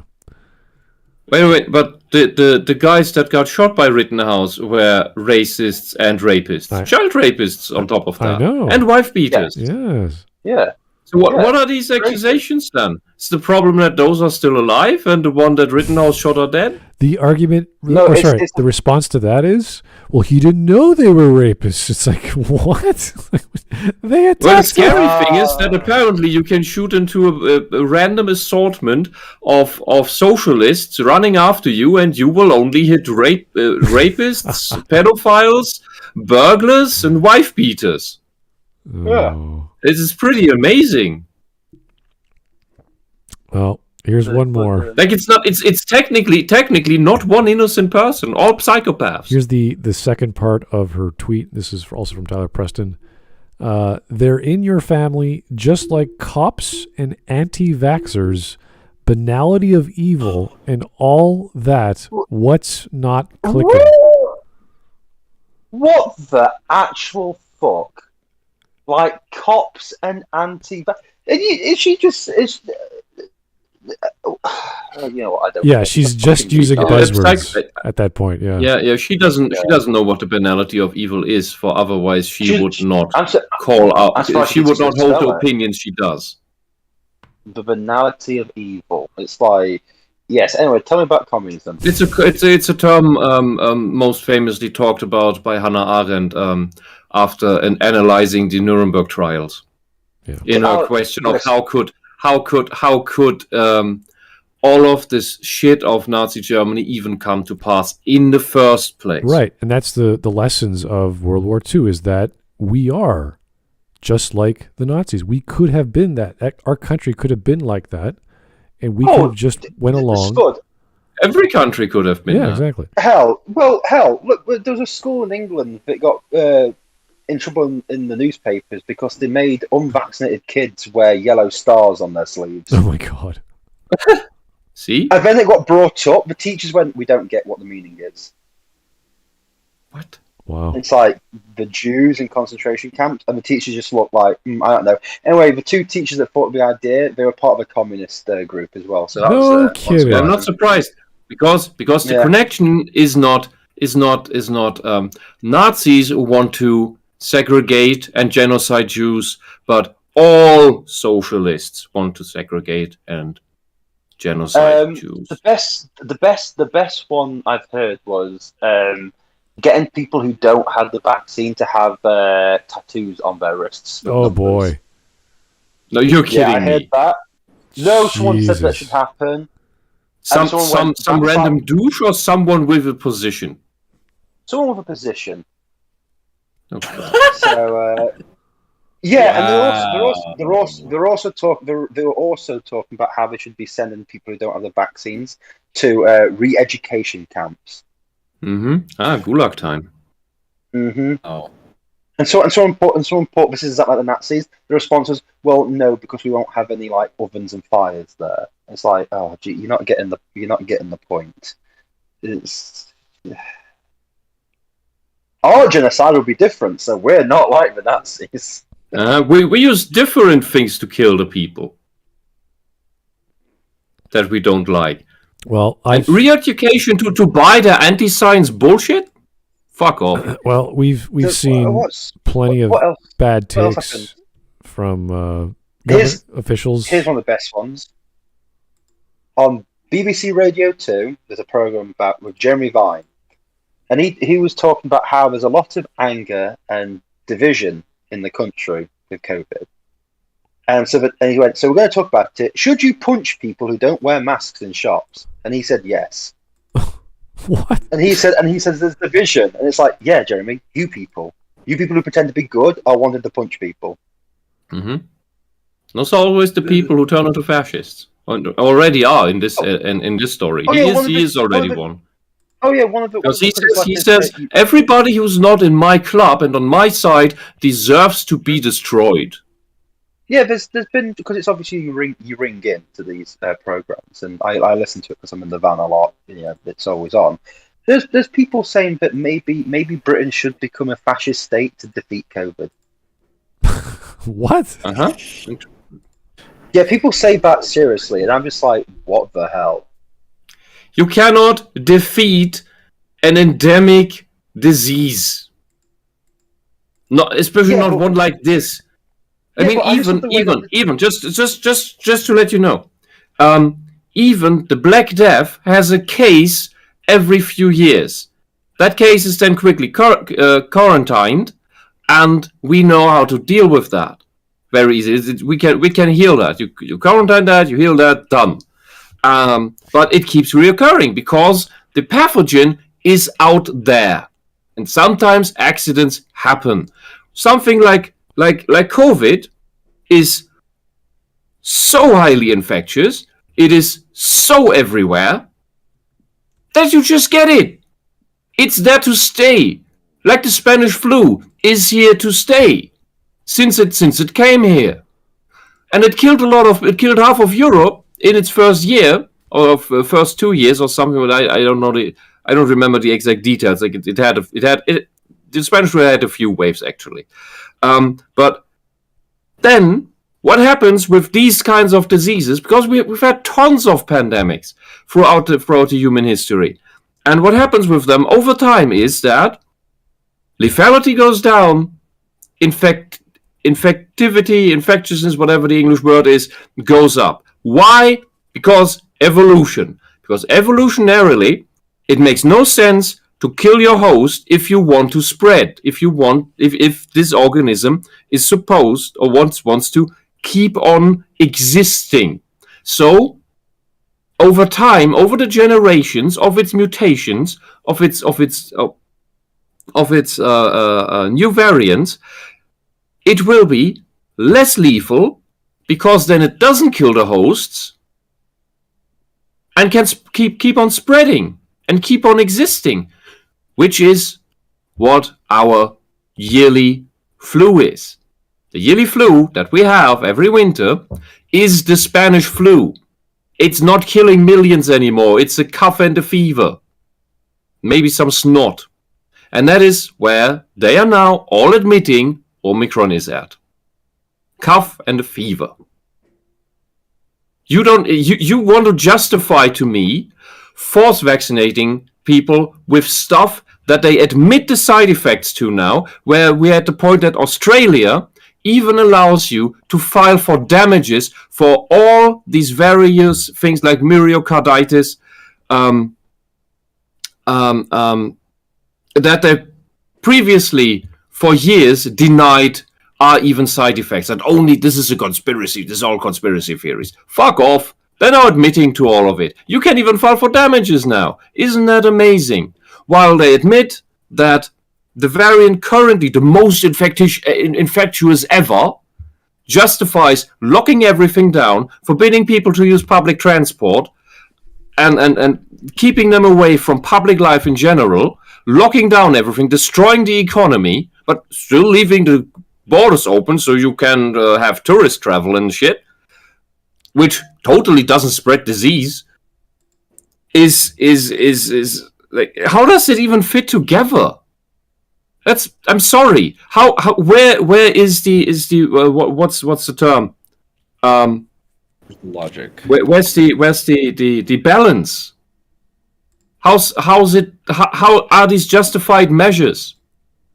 Where the officials admit it's a cough and a fever, and that's why we must lock down the country and destroy everything, and become fascists and destroy our democracy, destroy our constitutions, destroy our human rights, destroy every liberty there is, and redistribute the wealth up to the rich people, to the already rich people. What the fuck? This is because of a cough and a fever? Officially? Fuck off! Anyway, back to Fantastic Mr. Fox, because Maggie's a fucking fool. Now I'm awake again. Oh no! Don't do that. Don't waste your awakeness on Maggie. Let's watch a skit by Maggie. That'd be great. Hooray! Now we will want to kill ourselves.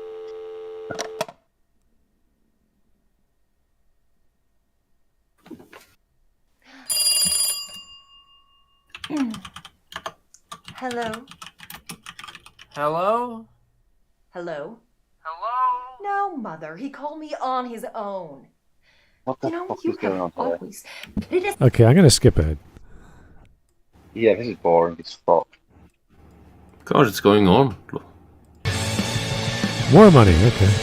Just like Royal Tenenbaum, Mr. Fox is preoccupied with what others think of him and his own mystique, rather than how he treats his fellow animals. And this includes his wealth status within the community. His desire to live above ground is directly connected to the way that Mr. Fox wants to be seen. He wants to be, quote-unquote, fantastic.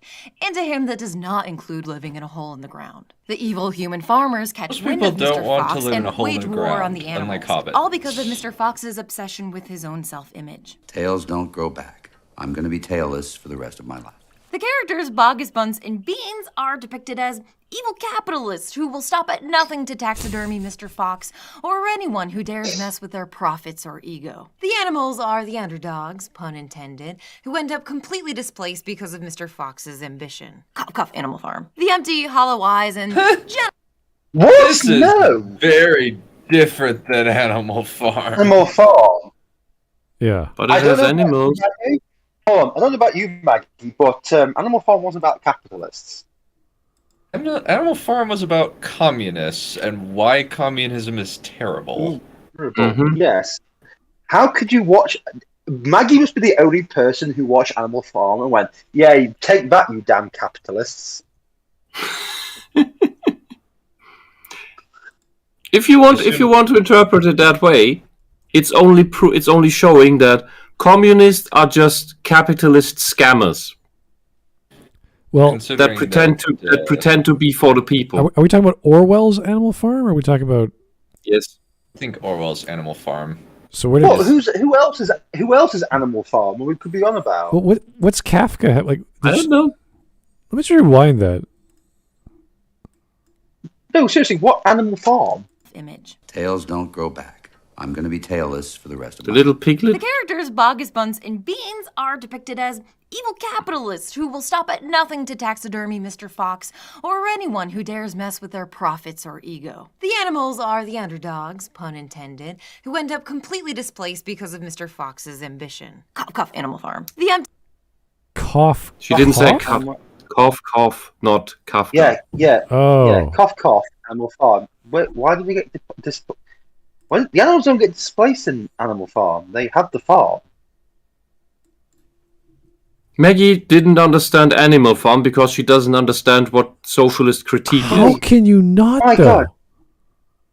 My God. Because she's a socialist. No. Look, this is what you people do not get. socialists try to paint everything Orwell wrote as a critique of fascism and capitalism.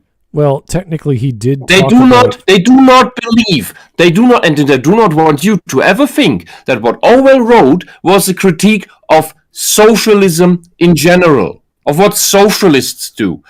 They at best admit that, it's tyranny in general. Yeah, but then why does all your socialist shit always look like the exact tyranny that Orwell is describing? You are the fascist. Maggie, you are the fascist. You're the racist, the sexist, and many more things, but definitely you are the fascist. Yeah. How would you... Yeah, Animal Farm is just... She's the sort of person who'd go into Schindler's List and come out rooting for fucking Ralph Fiennes' character.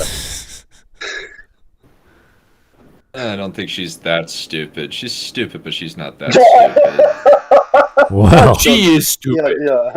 Wow. She is that stupid. She's literally just admitted she didn't get. See, Dunn, this is the thing. This is the thing. You're not actually jumping the shark. You're making excuses again for the most horrid people on the fucking planet. Yeah, she's just like when we watched Wheel of Time, and all the time you made excuses.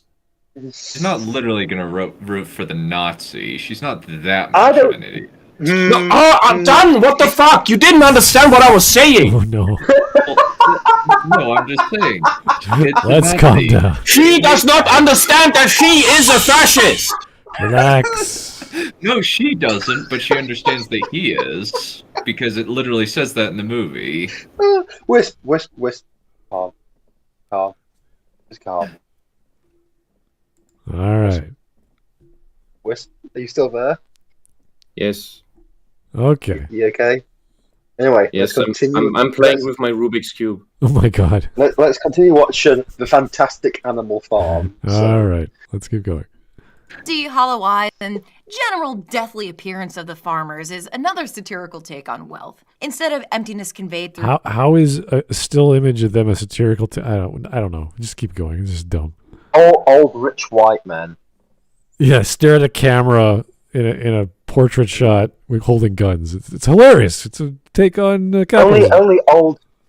Only old white men are rich. Anyway, here's my patron, so I don't have to work ever again because I get tons of money. So it might be closer to like an American Gothic outtake, but not some criticism of capitalism.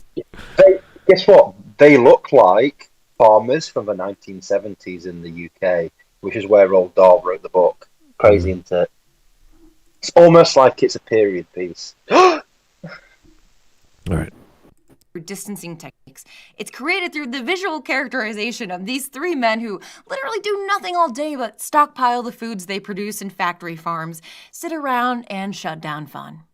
Just pure misery, these three. The character Rat is my favorite Willem Dafoe. He was high school rivals with Mr. Fox, but now works for their oppressors, as he's the security guard for Bean's secret cider cellar. It's my job. Small details like this point to the economic systems at play that pit the animals against one another. Along with the fast-paced editing and dialogue, Anderson also dedicates long, smooth tracking shots to showing the animals working together as a community. I love how intricate and detailed these scenes are, and how the characters almost talk at animal speed. On the one hand, these scenes, again, underscore the realities of the working class, the limited resources. I'm hungry, so have some water. And the amount of work that goes into not getting squashed. However, to me, these scenes also illustrate for us what Mr. Fox is actually looking for in his life.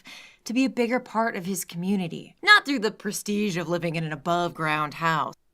You know, you could also look at this as simply city versus rural area. Mm-hmm. I don't see same. Yeah, no, it's a bunch of rich city versus poor rural areas. You get the same thing. It doesn't have to have. It's no different than a bunch of... Maggie, go back to your farming background. The farmers are just trying to get rid of rodents. Essentially, they're trying to eliminate these pests. Yeah, that's it. Also, they're not just stockpiling stuff. That's how things are stored. Yeah, you have a factory and you have a warehouse. That's called manufacturing. And it's crazy, Maggie. Yes, Chad, I also do not know what talking at animal speed means. Yeah, animals. Don't care.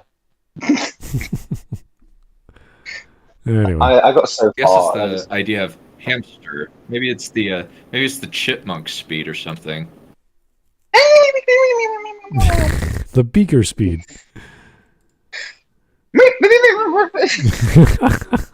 The chipmunks didn't speak faster; they just spoke annoyingly high pitched. Yeah. Well, technically, that's how they. That's how they sped up the tape of the person talking to make it sound that way. So technically, it was faster, but yeah. Can hardly stand the weight. He's Christmas. Okay, stop. It makes the part of my head hurt. Yeah, Dunn, stop talking like Gollum. That was like a Gollum Christmas Carol. Sorry. Yeah. Oh boy. Smuggles, full. Right. We want speeches and crackers precious. Oh my God, Maggie, what happened to you? Okay. We want our communist revolution. Official. We want the communist revolution process. We want rise of proletariat. Oh God. Anyway. I hate when just some guy does this Gollum voice and does it for 5 minutes. I don't understand a single word. Just get a headache. All right. But by celebrating each other's differences and working together to take down their evil human overlords. The frenetic energy of Fantastic Mr. Fox is a departure from the kinds of films that Anderson was making right before this. From the Royal Tenenbaums to Life Aquatic to Darjeeling Limited, which all center affluent characters. It's extremely hard being a wild animal, especially one that has no power over those few farmers at the top. The sharp editing, the cutaways, the one-liners, and the script, which I can quote front to back. This movie arrived at a time in my life when I was trying to get myself out of what felt like a hole in the ground. While outwardly I deeply related to Ash. I'm grumpy. I spit. I wake up on the wrong side of the bed. I'm just different, apparently. I also really felt for Mr. Fox. Oh, so you're an emo teenager. I think we know Still. Maggie's a bit different than everyone else. So I guess that makes some sense. She is stuck in perpetual childhood. It feels that way sometimes, yeah. Something about her analysis reeks of some weird perspective where she's stuck and she can't get out of. And she's trying to understand things. Can you imagine her having children? No. You stop that right now, Wes. It doesn't work in my head. It would be incredibly amusing. It would have been incredibly amusing. Yeah, I thought she did get married, right? It would be incredibly horrible for the children. We did look up her bio. I was incorrect. Did she get married? I was incorrect that she got married. I was wrong. All right.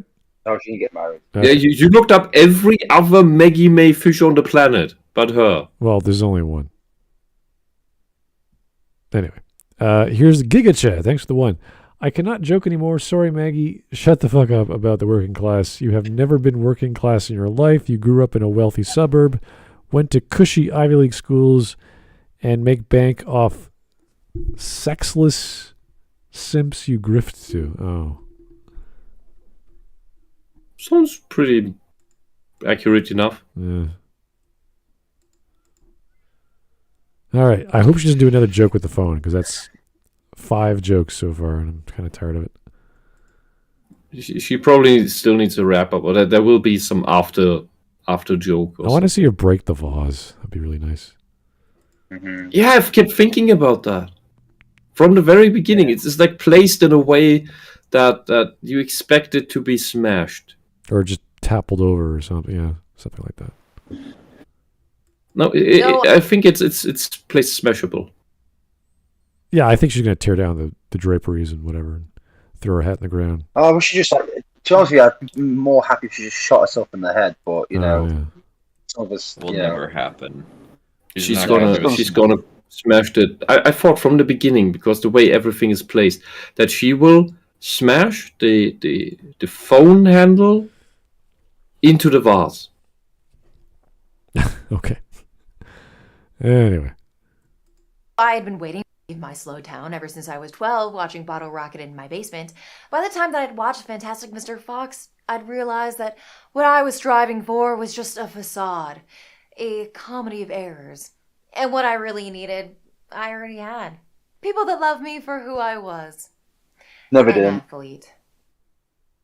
Nobody loves No you, more. Meg. No more phone jokes. Stop it. No, keep going. No, stop. No one cares. Please stop. Go away. No, stop. No, kill yourselves. No. God. Ha ha. Wheel. It's so funny. They called each other. Oh my god. What the? What kind of bird was that? That was it a noise she made? I think that was a noise she made. I don't care. What is this? I don't care. What? Proud of you, sis. Hey, did you know doubles is a thing? Maybe next year. Have a good Olympics. Jay. What? Because the phone didn't work. What? He sent a letter by. I don't know. It's What just is- random now. What is going on? It's just random. Wes Anderson's aesthetic is easy to parody because it's so distinct.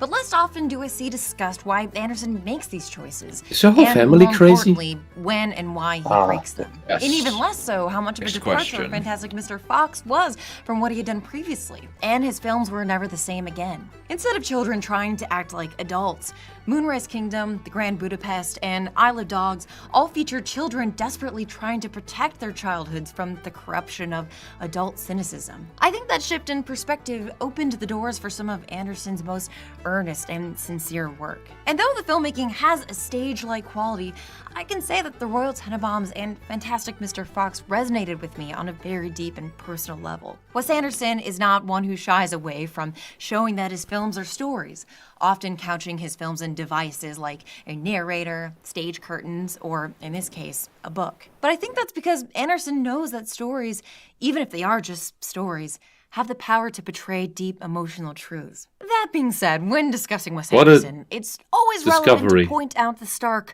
white maleness of his cast. Wait a second. Wait.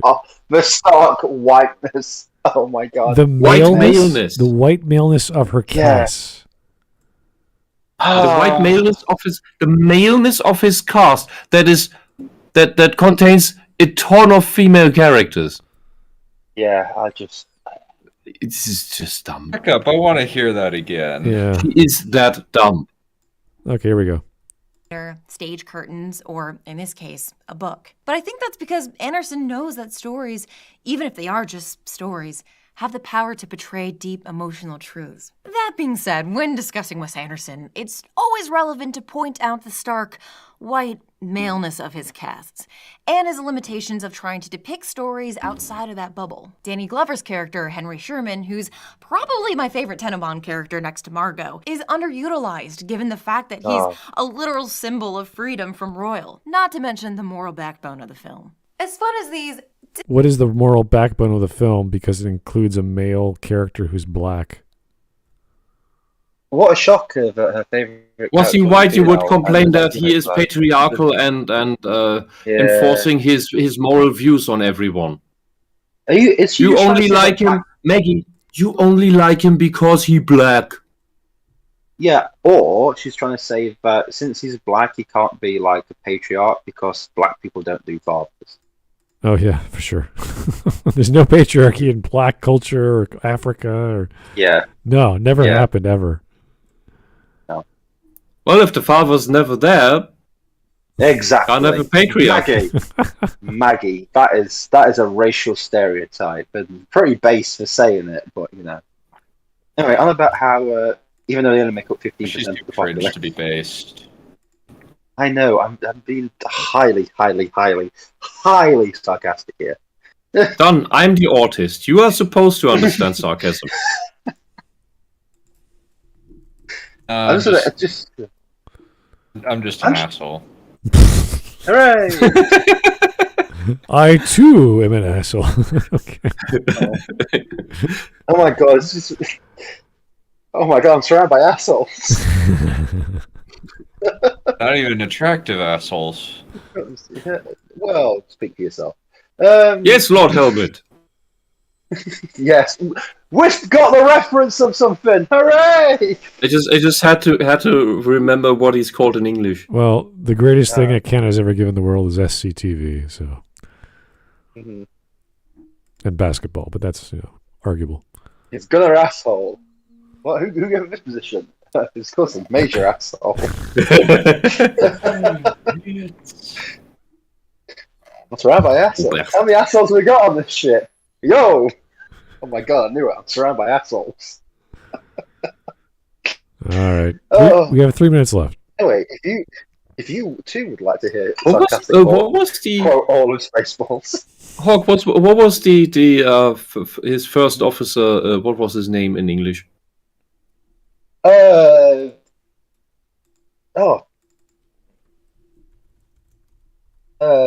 Sanders. Really? That's boring. No, because he's called, because isn't his name like Colonel Sanders or something? Yeah, Colonel Sanders, yeah, a major Sanders, asshole. Yeah. Colonel Sanders. What's the matter? Colonel Sanders, chicken, and Okay. KFC, I guess the guy who makes KFC is called Colonel Sanders. Okay. I guess the German audience wouldn't have gotten the reference because they translated the name into what would be translated back as Colonel Sandford. That's and Sandford is a common German slur. You know something, that top class German humor. Honestly, I bet that got at least one laugh in the cinema. Well, some jokes sadly didn't translate like jamming the radar. That sadly doesn't. How does that not trans? It's a literal jar of jam smashing into a radar. Yeah, because jam is not called jam in German. It was made absurd in another way, but it's the pun got lost. Okay. So they tried to rescue that by making it more absurd by emphasizing that it was strawberry jam. That is Erdbeermarmelade. Oh, really? Honestly, Wes, you just German comedy, brilliant. I love it. Brilliant. All right. Anyway, distancing techniques can be. I don't know why you're If laughing. you already don't feel included in a Wes Anderson story, that same distance can make it really difficult to engage with his work. Below, I'm linking a few articles and videos by people who That's know why you more than zoomed me in on the right now? topic. I know he dresses like he's from London, but I hope this look at Anderson has reminded you, if anything, that he's absolutely an American filmmaker from Texas, baby. As a fan of symmetry and production design and Jason Schwartzman, I've loved and been deeply moved by Anderson's filmography, and I appreciate the pool of emotion right beneath. I don't give a shit. I like X, and I like X, and Y is good too. I don't really care. You're wasting my time. It's like High Top Films saying he wants more genuine emotion in Spider-Man movies, when it's just like you're a cynical moron who just wants things to be like Raimi, even though Raimi is kind of overrated. At least his Spider-Man movies are overrated. Okay. The problem is you can't say I like this movie and then but also complain about the fact that there's too many white people in it. Yeah, well, that's the reason why she likes the black character, because he's not white. Yeah. Yeah, but you can't just say. It's strange how she likes especially the black character after complaining about the white characters. Isn't that funny? Yeah, what a coincidence! I really, really, really love this movie. Apart from all the white characters, of which there are many of them. So okay. So, do you hate the white characters, or are you just saying that for YouTube? Type once for yes. Type twice for maybe. Why does this button never work? Okay, gonna have to get Whisp a new keyboard. Can we just? It's not the keyboard isn't the problem. The button doesn't work. It's the button. It's the mute button on the Blue Yeti. If I don't hit it in the exactly right angle with the exactly right force, it doesn't switch. Like it can even make clicky noises if I push it from other directions, but it doesn't change states. It just doesn't. All right. Anyway, so I have to pay attention that it actually did switch states to mute, and that it then switched back to not mute by when switching back on. Otherwise, I will after 20 minutes again say, "Oh, I had the mic off." You could always just use it. And you missed another rant. You could always just go into Discord and just mute yourself that way. Yeah. Then I have to move the mouse. Oh my god. Yeah. Oh, no. And then I can't play with the cable of my headphones. Like, man. What? Okay. Okay. We have to have priorities. I'm a cat. I need to play with the string on there. I can't do it. It's not a string. It's a 3 meter long ring cable thing. Okay. All right. While you're typing, telephone cables. It's really long. Okay. Anyway, 2 minutes. While I'm typing. His occasionally impenetrable dollhouse facade. Many of Anderson's patriarch characters feel like they'd be more comfortable jumping out of the movie and just monologuing at you right there in your living room. Especially Royal Mr. Fox. But Anderson doesn't let them. He traps them in their own world, forcing them to face the consequences of their actions. They're in a movie. What do you want them to do? Have a soliloquy and just sit there and talk directly to the audience? Sometimes they even do that in some of the movies. Let's go with yes. This is so silly. He traps them in the movie. It's like, what are you talking about? Oh god, yeah, it's 20 minutes past. I know. I just. They're in a scenario they don't want to be in. Yes, that's called conflict. That's great. Thank you. He sort of like hired these people. Yes, that's what happens when he makes a movie. He hires people to do a job. Yes, and they do this job. It's like not of their own free will. They're trapped in a room. They have to live in the room. Like, yes, that's what people do. And they say things that this writer has written down for them. Yes, it's called a script, Maggie, and they follow what's in the script, almost like a movie. Understand. She could have. What a script is. She could have just said. Clearly, the right one. They come to a point in their life where they have to realize their faults or something along those lines. But no. They're trapped in a room because panning and camera angles. Oh, sorry. Fourth wall is not a thing. Okay, yeah, sure. And the people they've hurt. And the characters with the most honesty and humanity, or those who learn the value of honesty and humanity, Are the patriarchy. are the ones who come out on top. So the men. Yes, hooray! Men winning since like before Mr. time. Fox and eventually the father figure of the Royal Tenenbaums. He learns his lesson. Yeah. He comes out on top. He dies, but that's ironic.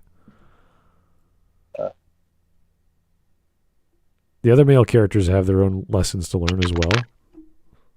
So are they part of the are all the male children of the Tenenbaum family part of the patriarchy? I don't think so. Yes. Maybe. She never described them that way, though. She never said it that way. She just said they're male and white. So I'm assuming yes, but you never know with her. Where the white women at? Yeah. Awesome. Miss Tenenbaum and the daughter. No. They're not part of the royalty of this family. They're just off to the side. Yeah, it's almost like she's never heard of a matriarch. Praise that, isn't it? This video is brought to you Oh, she's done. Oh my god. Oh God, thank you. What is this? What's she selling? I want to see. My curiosity experiment. Oh. Hawk, stop eating your microphone. It's not edible. I put my headphone back in my ear. Shut the fuck up. Whoa, what's this? Of Hitler's mustache. That's one Apparently full year British of cuisine is that bad that you need to eat your microphones. What? No. What do you want about here? I don't. much for watching, and an extra special thank you to all my lovely patrons. If you want to support and see your name alongside these fine folks, go to patreon.com/Maggie. It's all just random names, no alphabetical order. Lindsay Ellis. Yeah, there she is. Lindsay Ellis. There she is. Bottom right. Oh my fucking god! Why would why? This is terrible. Bunch of crazy women. Yeah. Lindsay Ellis Bunch is of now crazy off cat YouTube ladies. Whether they have permanently. cats yet or not, it's the mentality of crazy cat ladies. Well, considering that Lindsay Ellis is not going to grace us with her lovely and memeable content, it's kind of a shame. Oh, that's all right. I hope someone archived that traffic that perpetual traffic accident. More like she just had some trouble on Twitter. I think that her channel is still up. You know what? Not trouble on Twitter. Whatever will she do? I'm quite sure she's going to come back in another 8 months because she's running out of money. She's just going to make another video. Yeah. Oh, she just has to promote her new smut book. Oh. To the female Smud book. readers. Sorry. I thought you said Smud book. I thought, why should I have a book on Smud? This seems a very strange topic. I know what I said. I know, I misheard you because I was eating my microphone.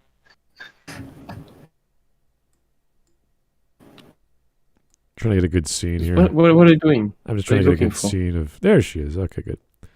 Ugh. All right. Do we have any stream memes? I have no idea. Just check. Oh, please. I know, I just posted beer. All right. We got Why you be some. strange like that? Okay. I got. Oh my god. All right. These are her tweets, which I don't have access to because she blocked me a long, long time ago.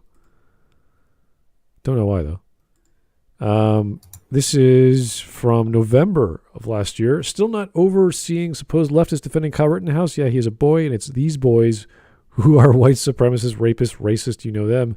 They're in your family, just like cops and anti-vaxxers, banality of evil, and all that. What's not clicking? That's the strangest tweet from her I've heard. Maggie, your side is full of rapists, child rapists, genocidal maniacs, and cops, scammers, racists, and the relevant kind of racist that wants to genocide others for the color of their skin. What the Maggie, no, you should not be the one invoking the banality of evil. Well, for her to say that you should know that you have a cop in your family, it's like, yeah, I do know. I do actually have a cop in my family. We're all proud of him. And, it's no mystery. If you have a cop in your family or you tell your mom I'm going to join the force, that's an amazing thing. That's not nothing, sad or bad. That's like you're going to risk your life to take care of people. That's good.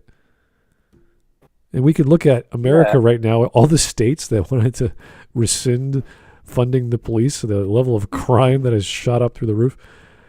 It's just hilarious that they don't know these stats now. It's just like, come on, guys. You've had your moment of insanity. Here's the effects. Time to reverse course or you're going to screw up your community.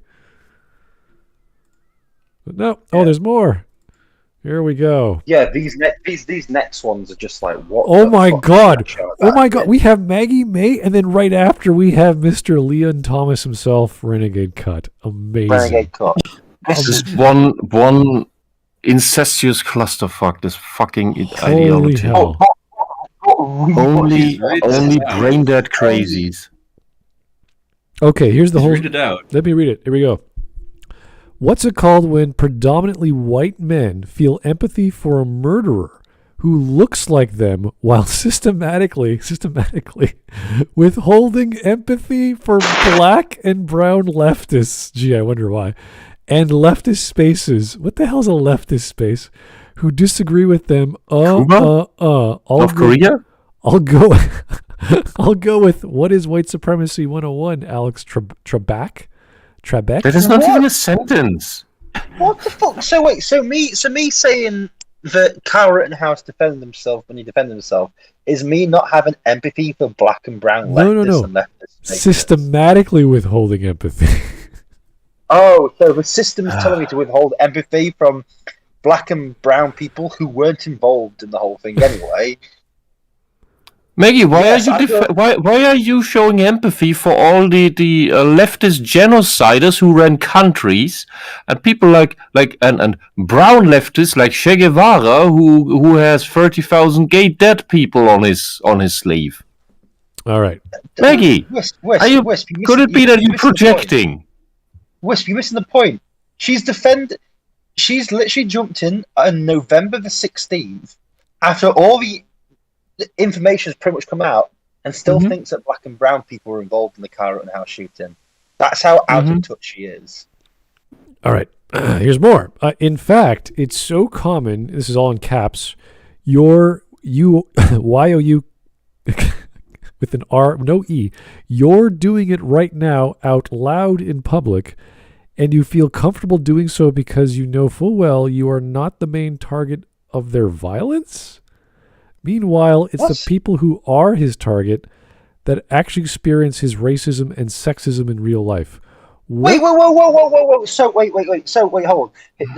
The people who are his targets. Okay, so a child rapist and a wife beater and a burglar. And a wife beater and burglar who are both white. Yes, they experience racism and sexism in real life. Yes, they do, Maggie. Honestly, you are such a big brain. And they all attack him. Yeah, honestly. They were all rioters, right? They all attacked him. Yes. So. Yeah. Yes. One of them is an arsonist. One of them was putting fires to the town. She's still going on like Kyle Rittenhouse shot black people. I think that's just implied here. Yeah, no, but this is how stupid she is. Yeah, she's literally still making it. In case you guys don't know, 3 white people. Rittenhouse shot 3 attackers who were all white. So yes, 3 attackers. But technically, one of them was a Jew. Yeah.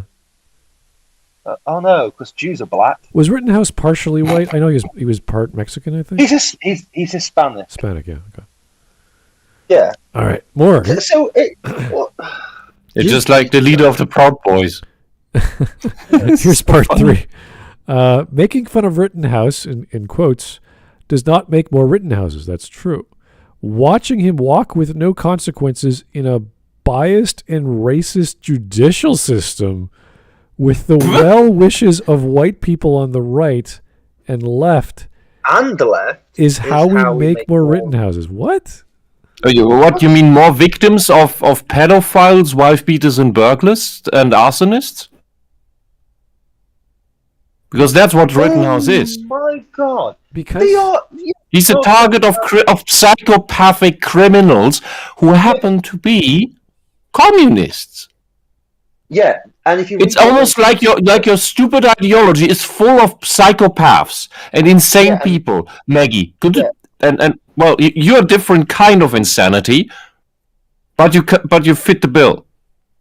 This is ridiculous. It doesn't matter what your opinion of Rittenhouse is. The fact that he was found not guilty on all counts is what the law has stated. And every piece of evidence that we can look at that was presented to the court showed it was self-defense. You may not like that. He doesn't watch the trial. Well, he didn't watch the trial. Obviously, if you pay attention, there's lots of information that would have explained what was going on in detail, and a lot of people did not watch the trial because it took a while. But the fact that he was innocent or found innocent should be all you need to know. And to pull this stuff out of nothing and say he's a racist or this or that, the guy believes in Black Lives Matter. He wanted to help people. He was trying to defend. If he is the poster child, he bought your stupid lie of a message. Yeah, if you want to of defend a the movement police, that, as Ego Dreamer points out correctly in the chat, BLM intentionally burned down black-owned businesses. And he is the response to cops being defunded. He is the community defending the riot, the community from rioters.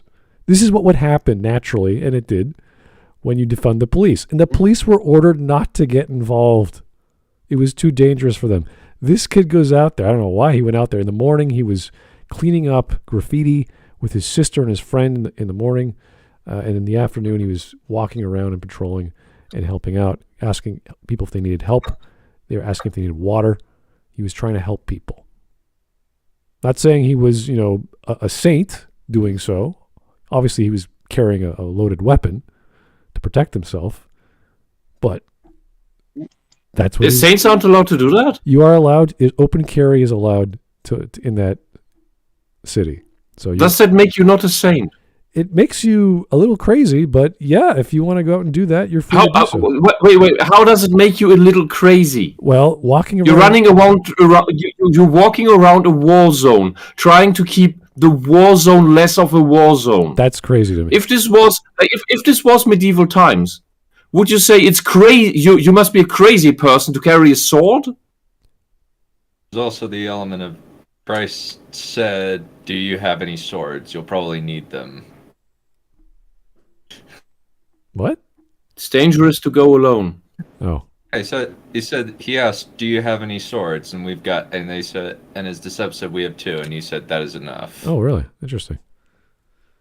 There's lots of details I didn't get because I didn't watch the whole thing. But the fact that he was there, his family lives there, his dad's side of the family lives in that place. Yeah. He didn't cross the border with a gun. The gun was legally bought. The judge dismissed the gun charge, which would have been illegal. Straight away, yeah. Yeah, it wouldn't have mattered anyway. If you're being charged for murder, I think that's not going to make a difference. And it wasn't illegal anyway. It wasn't his gun. He was. I find it insane and I find it insane that the state attorney did not get charged for pointing the gun at the jury. That was another crazy scene. Reprimanded in any way. Yeah, and demonstrated that he had no bloody clue about how to even hold a gun. Did you hear the I don't know if you remember seeing the when he took the stand, Kyle. He was explaining hollow tip bullets to Kyle, and the guy's like, "What happens when you hit something with a hollow tip bullet?" It's like it penetrates the thing, and it's like, doesn't it explode? It's like, no, bullets don't do that. It's like, that's not how bullets work. They're not bombs. They're just bullets. Anyway. Let's keep going. We have Renegade Cut. I don't know how he got into this, but okay. I've been seeing that here and there, and it's pretty gross. I don't know what he's referring to. Unfortunately, my gut tells me that he will get off.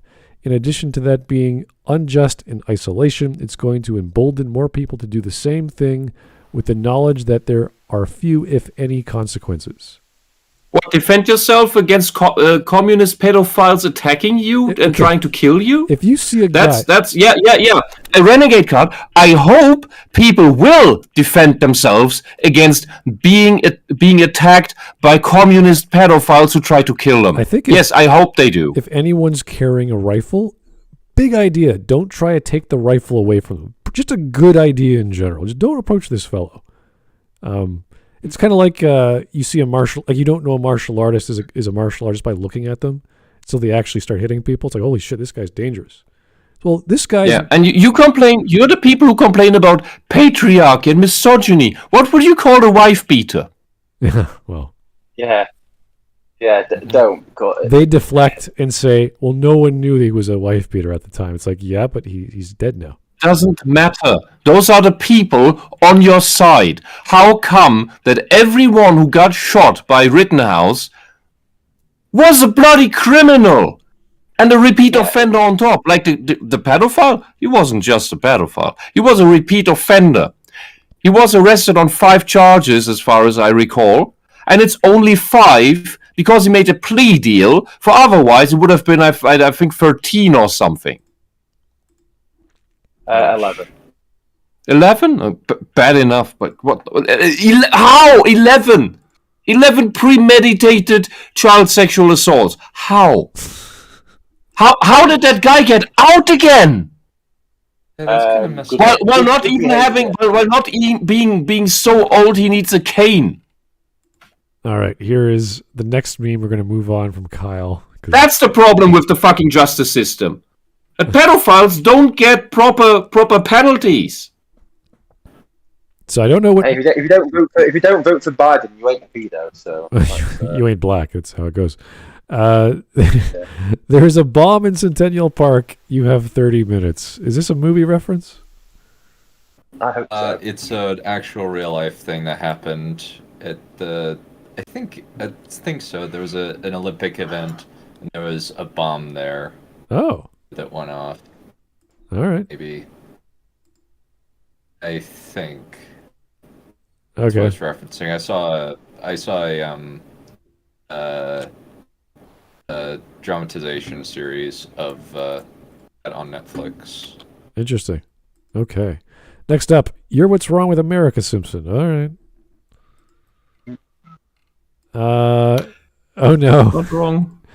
This is Mateus, the panel cast. Tangent. Main topic. This is brilliant. But I like this. But I like this. I still, you get the worst thing about this. I still remember this whole conversation on Top Gear. And I know that car's a lot faster, but I like this one. He literally goes like, "Yeah, but this is better." He goes, "Yeah, I know that's better, but I like this car." It's like no matter what, it goes faster. It's a smoother drive. You get more for the fuel. It's like, yeah, but I like this car more than that car. Well, that was not the craziest Maggie we've ever watched. Still pretty weird, and the acting started off actually pretty good. The first minute and two was quick. And... No, let's be honest. She made fun of herself, so that's what exactly. That was like, oh, self-deprecating humor. Thank you. You're not a complete retard. You understand you're probably insufferable in high school. Yes. Okay. Worse now, but still pretty bad then too. So, how we got to Kyle Rittenhouse over the tweets? My God, with a bonus representation of Renegade Cut, who also blocked me. Unfortunately, banality of evil. See, this is the real banality of evil, where these assholes gloss over the facts what the people were that got shot in the story.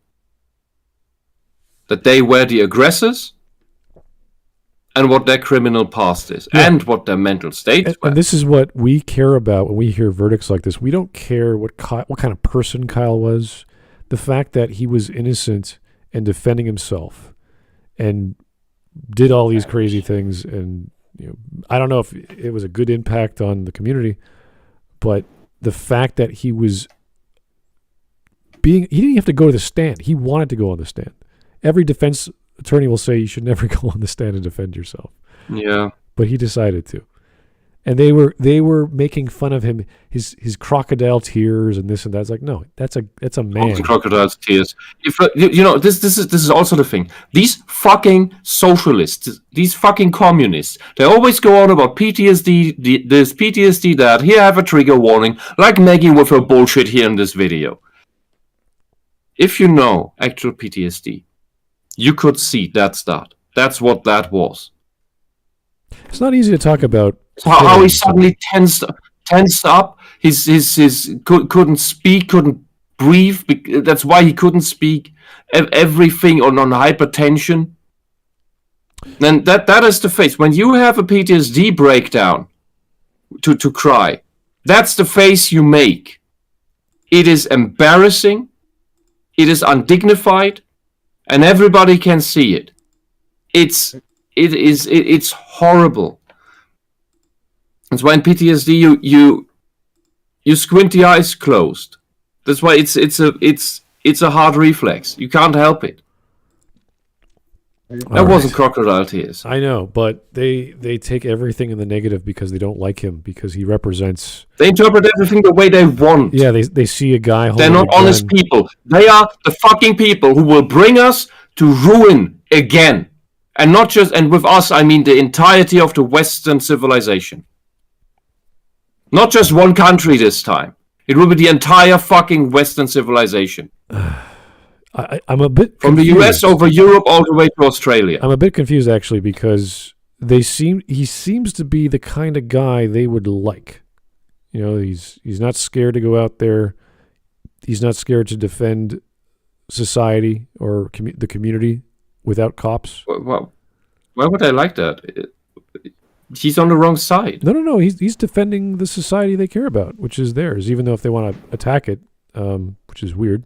I never understood that whole, I want to destroy the society I like. I never, like, what are they doing? I'm sure they want to destroy society so that it's weakened enough, so that they have chaos and strife, and in that weakened state have a chance to take over. But not according to they the always policies. fantasize about violent revolution. Right, and communists want violent revolution. Oh, that's why they destroy society. That is a bit more direct as opposed to reaction to violence, which I do you know what direct action, like Antifa has on its flag, the words direkte Aktion, direct action. That is code for insurrection. When they say direct action, what they mean is insurrection. Yeah, but they mean that against the government, not against. They mean that against the entirety of the nation. But that means that includes the people. That includes everyone who is not on their side, because everyone who's not on their side is a counter-revolutionary, and therefore requires to be put against the wall. That's what they did in the Paris Commune during the French Revolution.